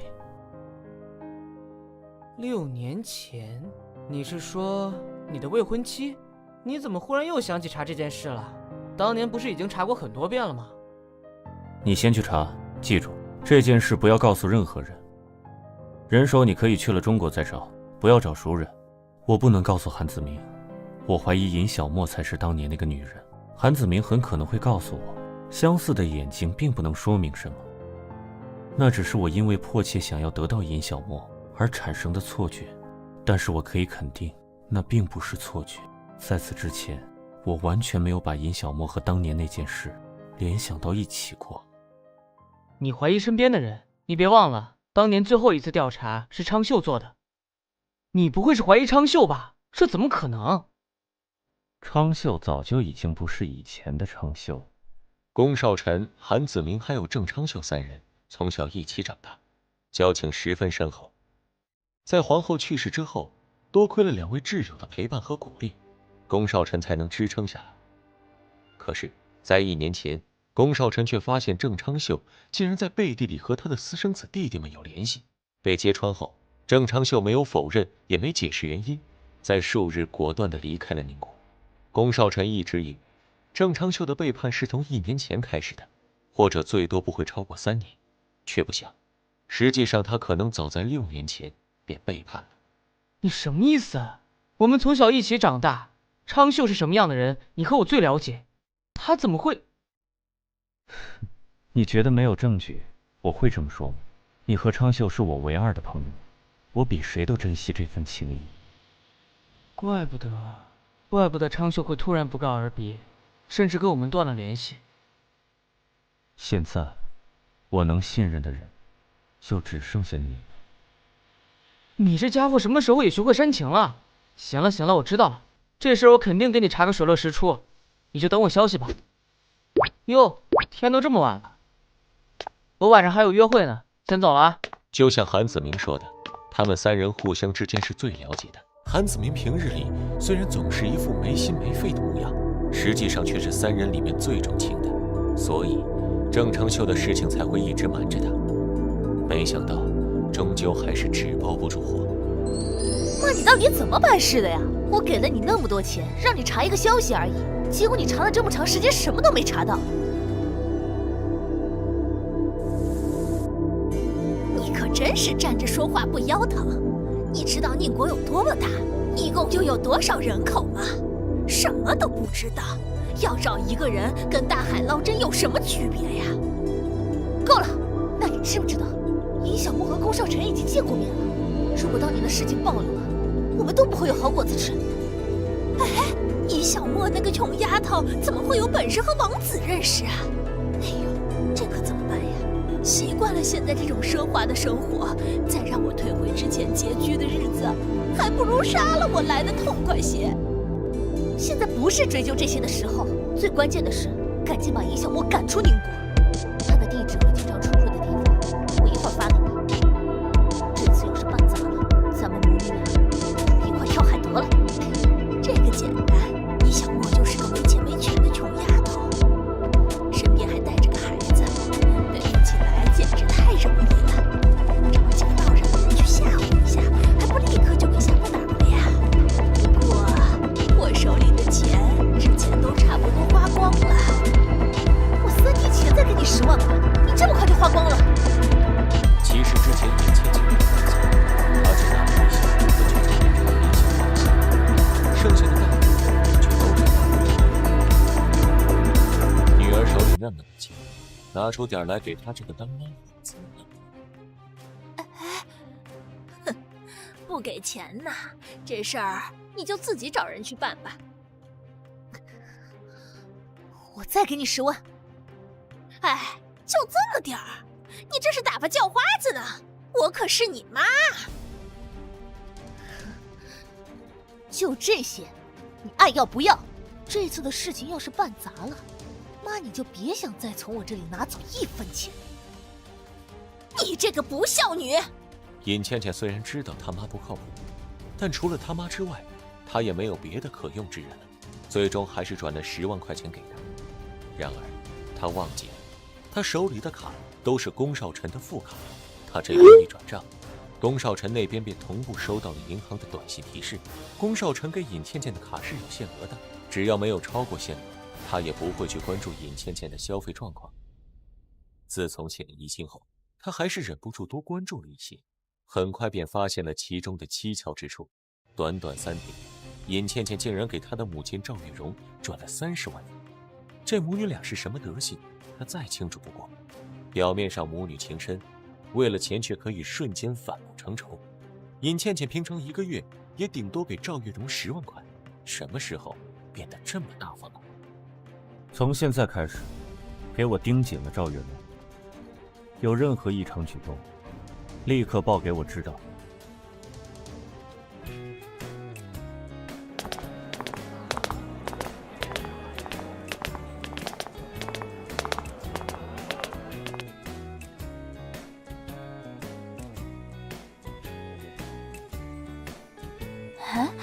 兰兰的简讯。小莫，听说学校附近新开了一家牛排店，今天去吃3折优惠呢。一会儿下课，你要不要一起去？唉，不了，我还得去接宝贝呢。宝贝的学校不就是在旁边吗？我们接了宝贝一块儿去呗。其实我还有点别的事。什么事？什么事？你终于打算展开第2春，准备去约会了吗？跟谁啊？是不是那天送你来学校的帅哥？那天的帅哥？顾琛！哎呀，我怎么把顾琛给忘了？昨天顾琛给了我3天的时间考虑，今天已经是第2天了。可是，要不是兰兰突然提起顾琛，这件事差点就被我给彻底忘到脑后了。怎么办？怎么办？我要答应吗？可是我对顾琛真的没有那种心动的感觉啊。拒绝的话，面对那么温柔的顾琛，压力也好大啊。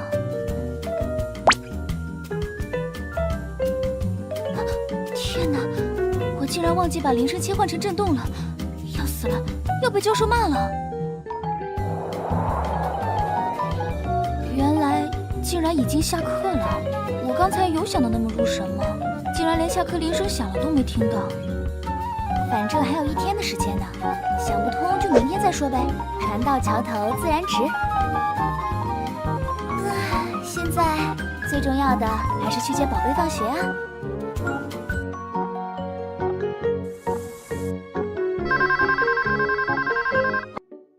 第2次挂我电话，全宁国你尹小莫算第1个，真是能耐了。刚才还没下课啊，不方便接电话。那现在下课了，下课了就立刻给我滚过来。我还要去接宝贝放学，给宝贝做饭呢。你再等2个小时吧。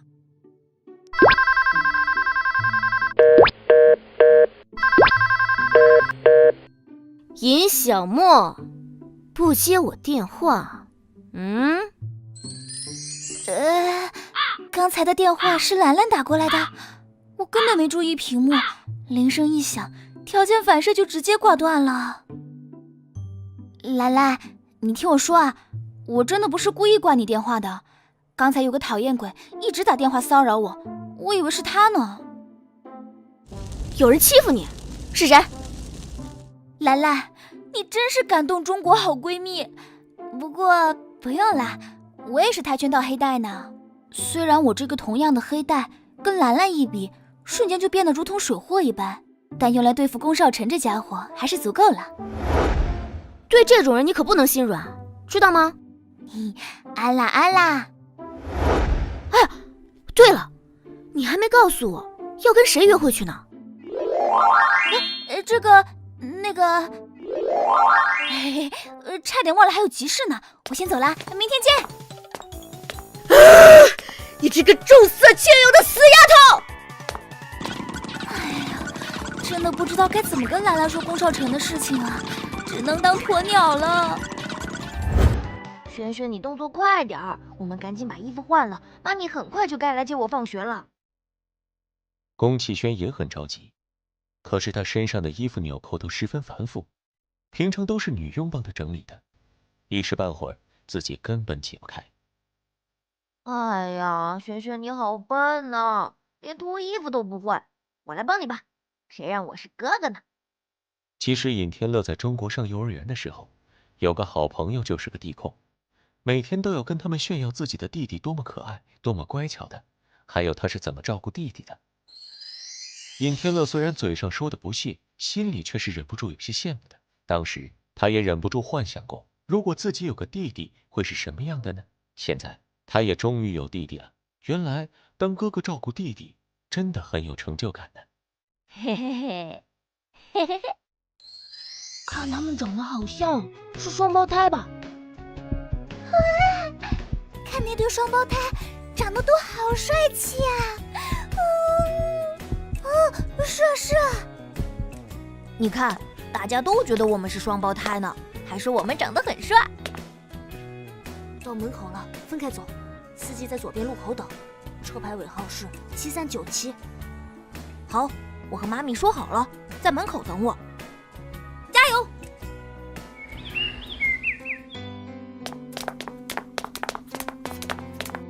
宝贝，这里。妈咪！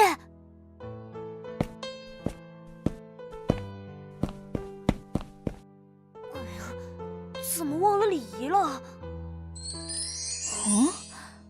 宝贝，这是受了什么刺激？听说宁国很多有钱有权人家的小孩也会在这儿上学，是因为这个？不过，作为一个合格的妈咪，当然要以鼓励为主。宝贝，你今天可真像是一个优雅的小王子。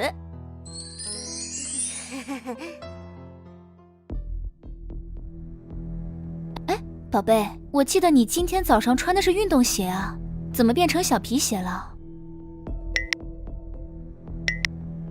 哎，我上次认识的好朋友也在这所学校里，他今天有体育课没带鞋，鞋子我借他了。这样啊，看来你们很有缘分哦。有时间的话，宝贝可以约新朋友到我们家来玩啊，妈咪给你们做好吃的。谢谢妈咪。那现在我们快点回家吧。回家忙完给宝贝做饭，再收拾完，没想到都6点了。不过还好，现在才6点过一会儿，应该还来得及。啊，这些人是……身后还有2个人，难道他们全是一伙的？